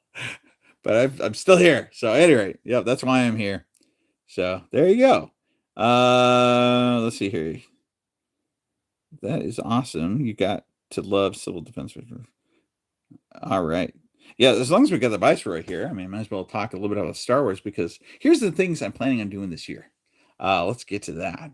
So projects I've already filmed, actually, and I'm just editing. Literally today I should be editing. But because, like I said, I wanted to also check out how well this worked. So this is working well enough, and I was told that vertical is better because then it also gets more viewers through shorts. So that's why I did it this way. But I am going to be doing quite a bit of Star Wars stuff. I'm going to revisit the lightsaber things. I got a great video coming out for that actually I filmed mostly last year. I've got the Millennium Falcon, the fanhome one. I was able to go out and see the completed version when the fanhome actually brought me out to New York. The cool thing about few things. I mean, number one, it's really cool that they even sent me to New York. I got to go out there. I also got to meet some other people that are builders of fanhome stuff that I've watched myself. So that was kind of cool. And then when I got there, before they even opened, so they got us there early before the conference opened, before Comic-Con opened. And these people were walking up to me and they're like, I recognized your voice right away. I've watched you build every stage of this one or that one, things like that. And so that was kind of cool to be able to meet people that actually have watched those videos. But I think you might have heard, I mean, when I first started this channel, the big thing I really wanted to do, I wanted to build that Millennium Falcon, the D'Agostini Millennium Falcon. I wanted to do all the mods that I had seen everyone do, that I would stay up and watch. I mean, it's geek porn is what I've had my friends refer to it as. It's like just hours wasted on researching out something that you might not ever do. And I knew I might not ever do it because at that point in time they stopped making it. So it wasn't even like an option to be able to purchase it. But I'm like just drooling over what people were doing with theirs and how detailed it was and stuff like that. And so it led me to doing another project that I still have over here. I might still do other things with, but I really wanted the Agostini one. And so the fact that I now have the opportunity to put it together, you'd think I would have just jumped right in after that first, build, because that was all that I was technically contracted to have to do in relation to it.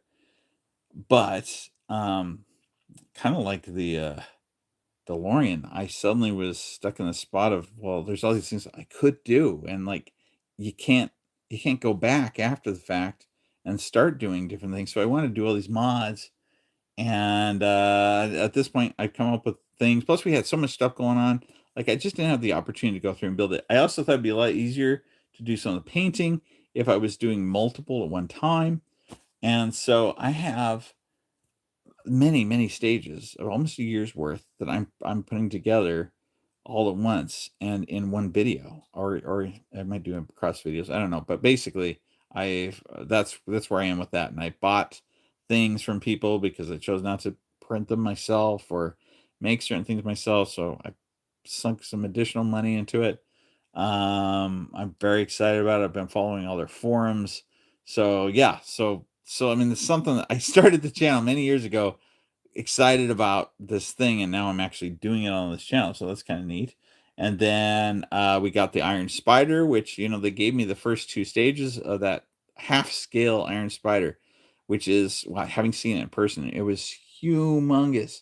I thought the Iron Man was big when I put it together because it's bigger than my quarter scale Iron Man, but man, this thing makes my Iron Man looks like a small infant. It's huge. It's half scale. And when you consider it's not just half scale by his body, he also has the arms that come out, and then he's also standing on this base. And so it was so enormous, and it's so cool looking, and there's no screw holes and stuff. And so I'm in there in New York, and they said, hey, because they knew that I really like that, and I was spending all my time around it, and I was so interested in it. She called me up and said, hey, are you still around? Like, 'cause they only brought me out there literally for a day. And so it was the day I was supposed to leave, and she said, hey, are you still around? Are you at the conference and things? And I said, no, but I can be. I went over there, and they gave me the first two stages, which is cool. but I didn't have the directions. Even though I know now the person that makes those directions, I came home. I was determined to put it together. I almost put it together there in New York. Came home, put it together right away. I emailed my friend and to see if I could get the instructions, but apparently he was still on the road. And so by the time he emailed me back the instructions, I had already attempted, and it's like a puzzle the way it's put together because it's literally from the inside out. Well, I can set this thing here enough. Let me see if I can do this without showing you things I shouldn't show you. Hang on. Okay. Let's see here. So, woo, moving things around and these are other parts of the room. Look at that. Behind the scenes, more stuff. As well as all the things, the projects that I'm still working on. Oh, look here. Here's something interesting. What do you think of that? This is for the movie, actually. I've also got a lot of Star Trek stuff I'm working on. Oh, this is very cool. So I didn't put his. Oh yeah, it did. So yeah, this is a stim pack that was made by one of our friends. That he also made these cool directions, and eventually I'm going to show you guys that. Let's see. Where did I put him? Where is he at? Somewhere. Any rate. Oh yeah, here we go. Okay.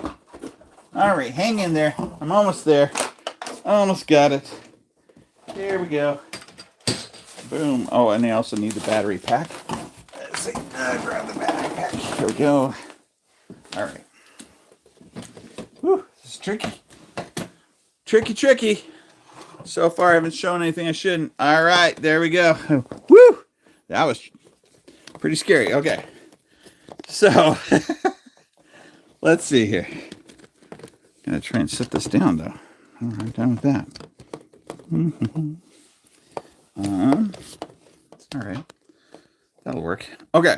So, I have now built this twice. Oh, I didn't grab the eyes. But they're stuck together. So this is the size of the Iron Spider's head, for example. Right? You see that like I said, the outer pieces aren't on there. They're inside the box I just pulled it from. I've built it twice now. So I just built the second one. And it does have a lot of eyes to light up.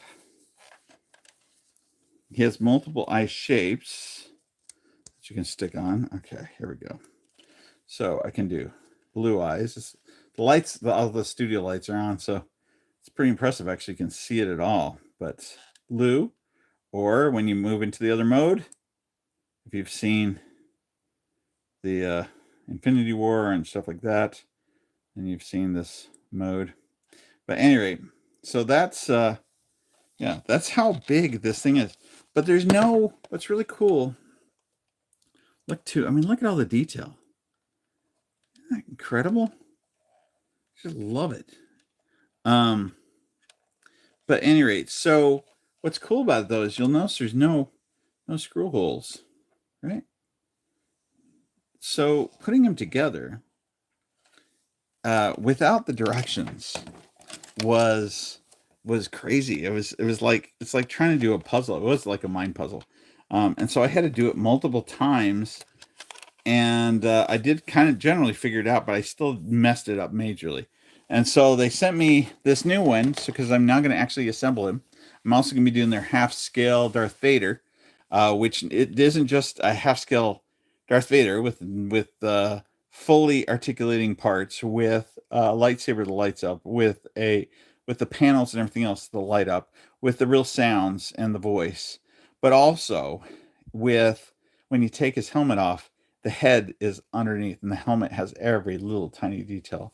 Half scale, like the same size as that. So ginormous. My wife doesn't know about these things because she complains a lot about how much stuff I've got in here, particularly right now. But I will be, yeah, I'm gonna be getting rid of a lot of stuff. Um, I had to, I did sell off a couple of my lasers, so that was good. Um, Again, also helps to fund some of the stuff we're trying to do right now. Let's see. Yeah, it was Zap Wizards. I was going to tell you more about it, but I was like, gee, maybe I should verify with them first. So yeah, I went out to Zap Wizard's place actually. I was in Austin, and he might be watching this. He might be on here. He's been on one of my live streams before. But anyway, so I went out to Austin. He's like, hey, if you're coming out to Austin, come visit me. Come check out my shop. And I was like, that'd be cool. That'd be pretty cool. And I think he said it was like 20 minutes or something. I'm pretty sure he said 20 minutes, but at any rate, it was like almost an hour to get to his place, like one direction. But at any rate, really cool place. And the setup that he has is incredible. I mean, this is somebody who has engineering background and goes to work at a place that has major equipment, and he has better equipment than they do for doing everything from printing to, I mean, all the stuff. I should show you my prints that he gave me when I was there. He had a Pip-boy 3000 that he gave me that was tiny, that he 3D printed, and it was so detailed. It was just incredible. I just blown away by it. And so, he's been working on, and he has a rail gun, several things that he's been working on that are super, super cool. The coolest thing, now he has a lot of cool things. I can't say a cool thing, but one of the things that I got most excited about, and I said, oh yeah, still come, should go to Nevada with this, or come out to Nevada, show it off, is his King Radio. It looks awesome. If you go to his channel, Zap Wizard, you will be able to see this radio, and I feel like you still won't get a grasp on how impressive and crazy that thing is, because not as only see, I was able to see it hooked up to his computer, so I could see everything going on in the background, and this thing it doesn't just like have, oh, he just loaded a bunch of sound files on there. No, no, no, no. He's got this thing set up so that when you're turning, oh, everything about this. When you turn the channel, um, it's real time. So like, broadcasts of the bombs dropping and things is at the exact real time that it was back then. And and so as you turn to it, like that's what plays. And it's not like it has that second or two of loading. It's immediate. As soon as and it has that gradual turn. The motor that he used to make the dial and have that move. Every little detail of this thing, every aspect of it is amazing. It's just so impressive. Um and then it also allows you to load some of your own music if you want to and things. But I mean, like it has all the different Fallout things in it. Just so cool. Really amazing. The stem pack that's over there is one that actually, when you push down on it, it looks like it actually released the liquid into you. It looks like it's been used because the needle moves. Crazy stuff. And then he made that manual to also go with it. And I think it's full metal, and it's made from the actual thing they based it off of. I mean, really cool. He's just an amazing person.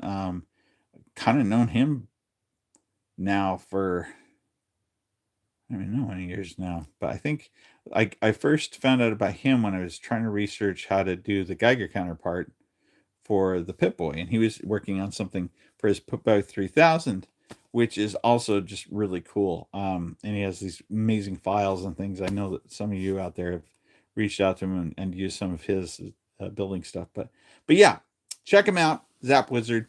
That is his stuff. But any rate, I got off onto that. Shuffle, never changed. I'm the only one. Lugal? Am I the only one who tries to kill as many people possible in every follow-up game. I think that's part of it. Spooderman, you watch Spooderman stuff? I crashed out building. Okay. I wish that Star Wars would do a multiverse type deal and explore some cool topics like redeemed Vader. Oh, yeah. I have some big Star Wars stuff coming out really soon. Outside of that, the lightsaber one that I mentioned, outside of the other things I mentioned with the fan home things, I can show you something else too though from the fan home deal. It was pretty cool. But I bought a 1/6 scale speeder bike with Luke on it. And this is the one from 2006, I think it was, that they released. I went to this toy store in Omaha and I saw it. They had two of them. One of them was 150 bucks, the other one was 75. And I was like, man, I should really get that one for 75. But the size of it, when you see this thing, it's huge. I thought, where am I going to put this? I mean, I have to make that decision every time. The problem with being a geek or being a collector is you have to really, you want to plan things out. You don't want to have too much stuff, as crazy as that might sound. You want you want to have something that's nicely cultivated. And I've tried to be pretty true to that. But on the flip side, it was looked so cool. But I showed restraint and I left there. I did buy. Oh, I also bought another thing that I am also making. So also, 1/6 scale the Han Solo and Carbonite, which comes with the Han Solo, which I could care less about. It's like a Barbie doll, basically Han Solo. But I'm going to be doing something really cool with that that you can replicate, which will be something that's going to be hung on my wall, and it's going to have lighting, and it's going to run from the power within my wall without any plugs.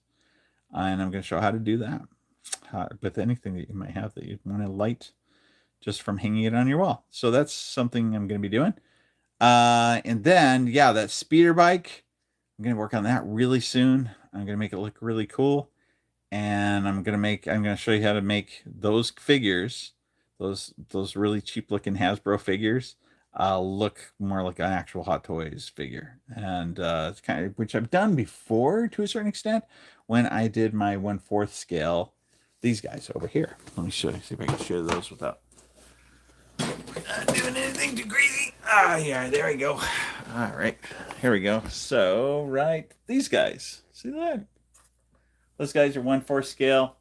The Tony Stark, these are actually by what is it called? I want to call them Neko. What is that? Starts with an N. Somebody help me out. Let's see. Neko. No, I don't know. At any rate, it's made. They're cheap. They're super cheap, but they're 1/4 scale, so they're huge. And so I showed in the video right before my first Pip-boy video, I showed how to go through and make them look like Hot Toys figures, and how to do everything, including I made a new helmet for Iron Man to go on to that Iron Man and the face of Tony Stark. And so if you're curious, that's the place to go. But I'm going to show some more stuff that I learned actually from Joost Ossink, who has an amazing business and doing figures now, as well as those not just 1/6 scale but half scale now cars, from everything from Batman to whatever. So yeah, I took some instruction from him, and I'm going to show how to make cheap toys look like really nice Hot Toy level things. So I'm going to be doing that. That's a Star Wars related thing. I have some multiple Star Trek videos coming out. Hopefully also related to that tricorder. Yeah. And then what else? Oh yeah. And so a video I had already made, but then scared away from, and then now I'm back to, it was a working phaser. Like, it has the laser and things in it. That's not a big deal. It's been done before. you know, that can actually burn stuff and whatever else. Not a big deal. But I also came up with a way to make it detonate, where you know, you set it to basically overheat and it explodes. So I did that too. I tried to make it do everything that you can see it do in the show in the same way that it does it in the show. And so that video is going to come out. My question is to me is, how much do I show you how to do, and what things am I going to have to keep secret?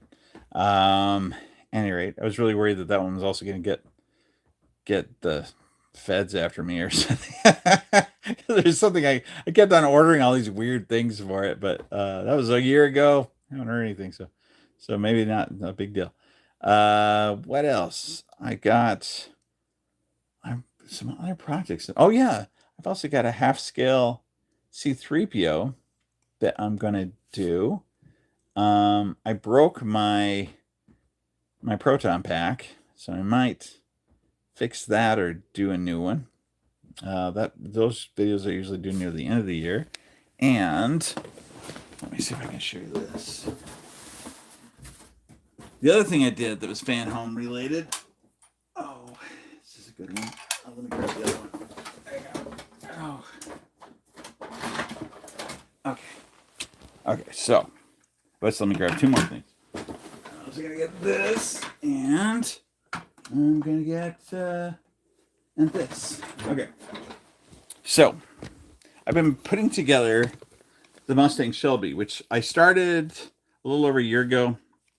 I did one video. People have asked me, well, what happened to the rest? And I basically, all the fan home stuff, I was just stacking up the boxes. I was busy doing other things, stuff like that. And now I'm just going through and just knocking through them. And so here, for example, I have 2 seats that are from it. This is 1/6 scale. So I can put my 1/6 scale figures onto this. It fills like the real thing. It's put together like the real thing. The plastic on the back looks like the real deal. Having grown up in that era, even the bottom of it. I mean, that's real. It's the foam. You got the springs, all that stuff. It's the seat does move forward and stuff, so you can get into the back. Very cool. So I got 2 of those. I've got 2 of these tires so far done. And I mean, look at this. Look at all that. Look at the brakes and stuff on it. Isn't that cool? So cool. So any rate, so that works good. And then these are so big, in fact, I don't know if I can put them on this camera. Here's the door. I'm gonna have to lean back to be able to do it. Look how big the door is. It has, see this?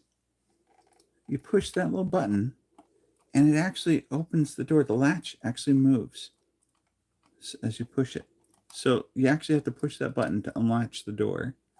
It has all these just like cool details. I did mess up something on my own by accident, so it scraped along the doorway, but you got this right here. And then check this out. I can roll the window down. It's so cool. Even this little part right here, it like what's right there? It rolls on it. So I mean, like, yeah, that's huge. It's really quite big. So 1/6 scale. I wish they did the DeLorean and the Ecto 1 in 1/6 scale. Can you imagine? And being able to put it in there, because this is also all metal. I mean, that is real. That's die-cast metal. The whole thing. Just the door by itself is heavy. I've also got a lot of the frame done. About half the frame done. This thing's going to be super heavy. It's going to fill up my entire table. If you've watched me do my videos, it fills up that entire thing. So it's just crazy. But at any rate, Darian had to leave. Sorry, Darian. I didn't say goodbye. A little guppy. I just got my Bethesda cart in today. Awesome. The scrap makes it more realistic. Scrape. The scrape makes it more realistic. I gotcha. Well, that's good. Yeah. So yeah, I'm pretty excited about that build. So that video will be coming out in the next week, I think, as well as the Iron Spider video. The disassembly of the Pip-boy is another one. And what other big projects do I have? Oh yeah, another one that I started at the beginning of last year, but I didn't finish. The video I didn't finish is, imagine this. Imagine that you wanted to take a look at the inside of something, right? Without taking it apart. You want to see the board. You want to read the serial numbers on that board. You want to see it in color. In fact, an X-ray color of the device that you're wanting to look inside of. Can you imagine being able to do that? I've got a way to do it. So I have the device. I spent a long time on it. I spent a long time on creating the video. I spent a lot of money on buying the same products over and over again to find the right one that worked the right way. You're going to be able to make this yourself for about $12. And then you install something on your computer to be able to interpret it. And I'm very excited about it. I mean, imagine me being able to do unboxing without unboxing something. I think I'm pretty excited about that. So that's something, a color X-ray that you can make yourself for around $10. But any rate, oh, Darian's still here. Hey, Darian. But at any rate, so yeah, that's something that I'm gonna release. What else am I gonna release? I have a lot of videos that I started and just never kind of got to finishing. Oh, hey, anybody out there? Are any of you interested in urban exploring? Because I also made a very major urban exploring video. When did I make it? I made it in August of last year. And basically I went on a trip with my wife, and on our way back, she brought up, she was like, there's this one site I want to go to. I thought it was like it's like a tourist site. There's no sign saying you can't be there. And I think you can be there. And it's just right off the road. So it's like everyone wants to go there. And so we went there, and these burnt out buildings and houses, and a house right across the way. It's crazy looking. It looks like it's been through war torn stuff. And after we got done with it, she's like, well, let's go find more places like this. And because she wanted to go to one place in particular, we ended up going there, and it's crazy, that place. But we went to an entire town that was, I want to say it's a ghost town. I mean, it's like that, like stuff's gutted, burnt out, whatever else. Like, it doesn't seem, even the building, but there's still people technically in this town. There's still a store open, and the store is inside of a building that's completely falling apart. They had like giant poles they had attached on the sides to try and hold it up, the front wall of it, and things. It's just not safe to walk around in. But it was all kind of around the 1950s era. So you had a gas station next door. This one of those that you would have somebody run out front and fill up your car from.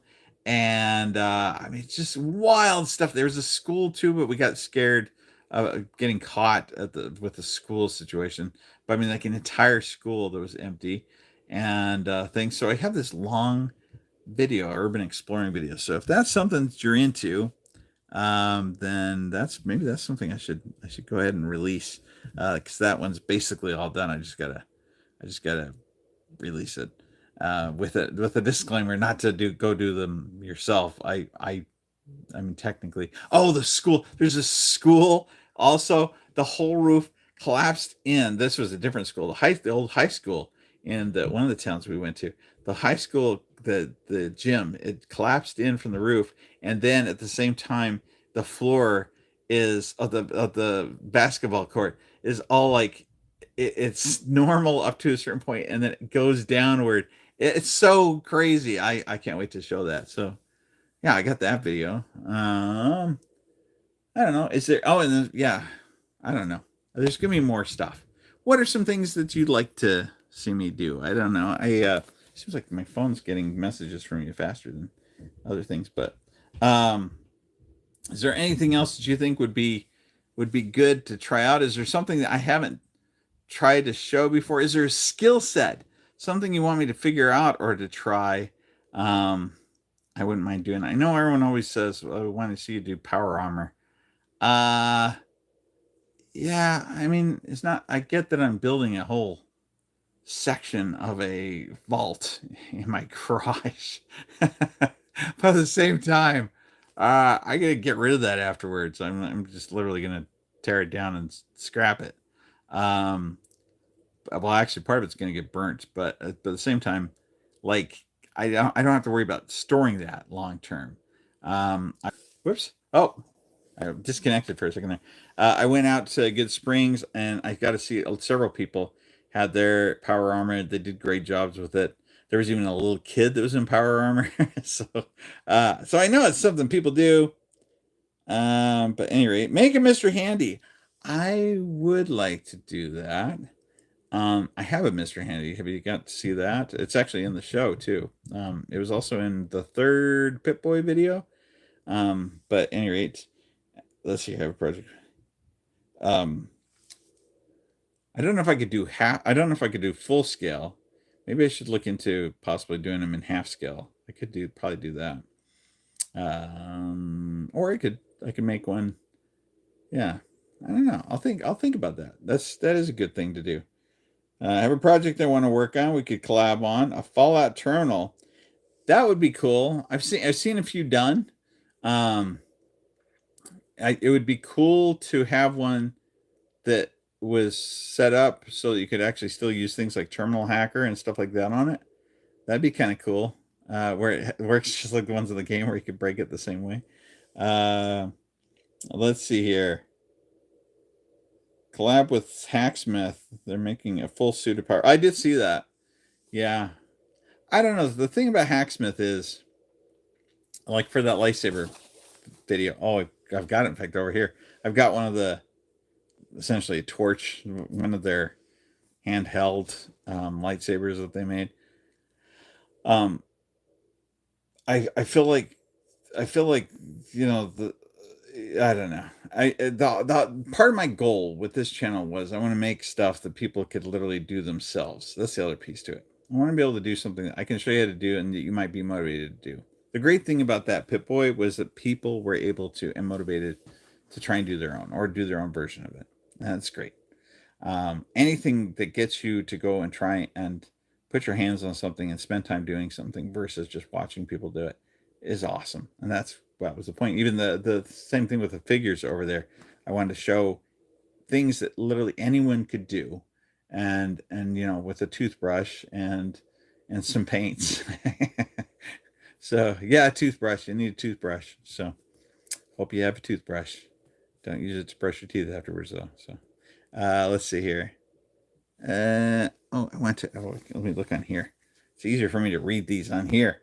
I want a terminal for the house so bad. Yeah, it would be cool. I have one of the standard computers, not really the terminals, but Darian says we can do that. There you go. Yeah, you know a lot about that kind of stuff. But probably James would be a good one to rep into that too if we did do something. It would be fun. It'd be a cool thing to do, or if we had something cool that it allowed you to access, or that it kicked out to you, would be neat. And then maybe we could take it to Good Springs. I'm still contemplating whether or not I'm going back to Good Springs. Just not sure. This year I might be doing some slightly different conferences. It was nice when I went to New York Comic Con. I ran into a lot of people, actually, literally people that also showed up at Good Springs, but a lot of people that were Fallout fans, and there's a whole NCR meetup group. There was a whole Brotherhood of Steel meetup group. I think both of them invited me to do a photo thing with them, and I just wasn't there on the day that they did it is the issue. So that was the problem with that thing. I flew out. I had to be there for the first day of the con, and then I had to leave after that. So I was there long enough. I was there when Lucy and those guys showed up to sign things and do poses, but I wasn't gonna pay any $350 to meet them when I've met them before. Or met a couple of them. Let's see here. Whoop. How about build a working buy still? Yeah, that would be funny. Still, Bongo Cat. Be the ideas man. James and I can code, make PCBs, whatever it needs. I liked your last one. Oh, we showed it on our channel, didn't we? I think a couple times we showed it on the podcast. I mentioned this slightly earlier. So I am splitting out the podcast. There's a couple reasons for that. It's going to have its own channel. One is because YouTube, everyone that I know on YouTube that has a podcast has said that the podcast killed their normal channel, and meanwhile their normal channel ruined the podcast. And that's because the way that the algorithm works mostly, and the way that the feeds work. It was impressive. We started before YouTube came up with the podcast category, but because I had already created a playlist for podcast, they automatically set that up. So they popped it over, or they figured it out on their own. So we have videos currently in that podcast category on the current channel. So we're setting up a separate one that will be for the podcast alone. And the way I'm doing that is I'm going to be releasing one of the podcasts every single day until it catches up, which we did over 200 podcasts. So there you go. So if you want to be listening to us in the meantime, or going back in time a little bit, because they started out with us just doing audio, which I miss a lot. And then eventually we got to the video part of it, which is what we've been doing recently. I'll have the interviews on both channels. But this way too, one of the other issues I had with the podcast is every single video we had would break copyright or something. So they were always like risky, and I couldn't monetize them or anything like that. And so I don't know, it just made more sense that if I put them on another channel, we can be as risky as we want, and not have to worry about it taking down everything else if something happens. And I still maintain those videos. I mean, it's not like I can't recover things. But that's the plan. So we are, separating that part out. And we're going to do some more things that are kind of interesting we can do on that channel because of that. And so, shorts that'll be related or pulled from those, for example. And then let's see. So that'll happen. That's part of the thing. The other thing is I have to have a second email in order to be able to give you more discounts, because Shopify has some weird thing where you're only allowed to run one thing at a time. So if 2 deals come out from Bethesda, for example, and they're offering it, I can only offer you one of them. And so right now there's one of those, or IGN right now. And so if you wanted to get both things, you can't, because I can only pick one at the moment. So they literally reached out to me and said, we need a second email from you, and so that you can run a second campaign and set up a second Shopify, which sounds crazy to do, but still. So that's what I got to do. I'm going to be setting that up. So I hope that over time we can get where you can literally go onto the channel or onto our webpage, and you'll be able to just access discounts. So if you're looking at getting something, you'll get it cheaper, and you can find it easier. And I'll also be usually pretty active at trying to find where the best deals are on some things, and that includes eBay. I have screens on eBay to filter out and to watch for things, and when they become available, I've done it before where I told you when I saw something and linked where it was, and they seem to be sold immediately. So that tells me you guys are the ones that bought them. So that's where a lot of those blackberries went. But at any rate, yeah. What's your favorite Pip-boy model? Well, actually, as far as a hard copy build, the one that I'm using for the show, I don't own, but I would like the one that they showed in the Institute. Um, I would like to make that. It seems like it would be easy to make. It's a lot of property too. I mean, ginormous. You remember it was sitting on the table with the guy's arm in it, or I don't remember. Did he have his arm in it? But either way, I got to see the actual prop. I know who has it, and that's how I have access to it. But on the flip side, I think it'd be really fun to build. I think it'd be really cool, and I have ideas on how to do it. And some of theirs wasn't actually functional. It lights up and things, but it doesn't have certain things happening, like on the screen. I think it'd be cool to make it fully functional, and all the buttons and all the old. I mean, it's all parts that are findable parts. They're real world parts, except for the actual cuff itself. I have to make that, and I might even be able to make that from metal. So, at any rate, so that's something that's my favorite one. There you go. That's the answer to your question as far as which Pip-boy I like the most, which model. Um, Keep me updated. The whole point of this was count me in. Darian says, "All right. I mean, yeah, get with James tonight. You have James's email too, right? And mine. Just remind me, and um, then we could have maybe we could meet on it and talk about how we would do it and what we would do with it, or that you would do with it, or what, or maybe we could I don't know or something. We'll come up with something. But anyway, um, yeah, it would be a cool video. I don't know. Yeah, so that's some of my plans for the future. That's some of the stuff that's going on.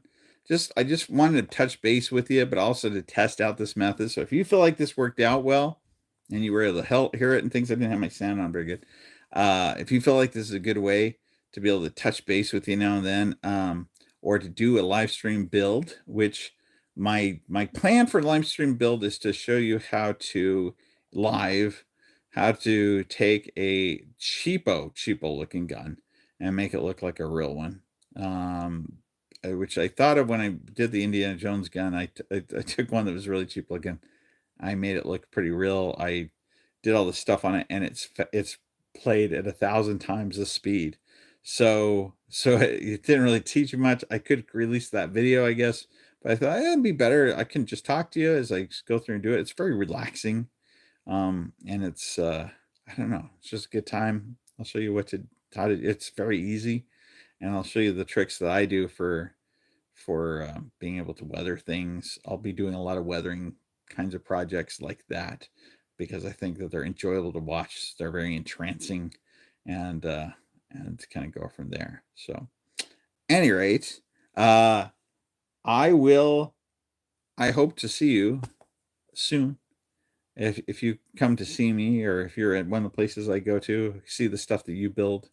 Um, would also love would love to be able to have you be part of some of the projects that we have coming up. I want to make that as available as possible. I want you to be able to have the stuff that I make. I'm not planning on keeping a lot of the things I'm going to be making now, and so I'm going to try and make it as available as I possibly can. I know some of you Bongo Cat. I'm not promising you that I'm going to send this thing all the way around the world. No. I've sent you something before though, so I think you're pretty good.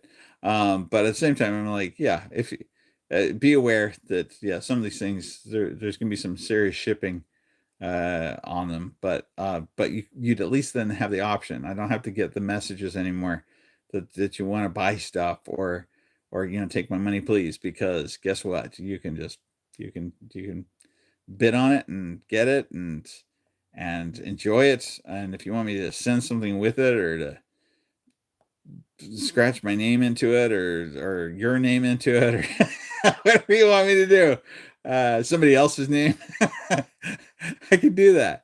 At any rate, so stay tuned for these things that are coming out. The channel that will be made for the podcast is literally Your Geek Fix Podcast. But right now you won't see anything there. But tomorrow you might. So be watching for that. and then watching for the live stream when we do all the three of us get together, and you guys can check us out and join us, and kind of go from there. 6 PCBs to shift. Do you really? Okay. I was impressed. That looked great. It was so in world. I love the fact that it actually had the name on it, the Robco name. But anyway, all right. Well, it's been fun hanging out with you. It's been almost 2.5 hours. So I think I'm gonna go. But I appreciate you hanging out. Be sure to like if you haven't already. Be sure and subscribe. Make sure that you comment in the videos, or that you comment during this thing. And then also stay tuned, because I do have some pretty crazy things coming that I can't tell you about now, but you're going to enjoy later on. So hope to see you soon. Take it easy, and bye-bye.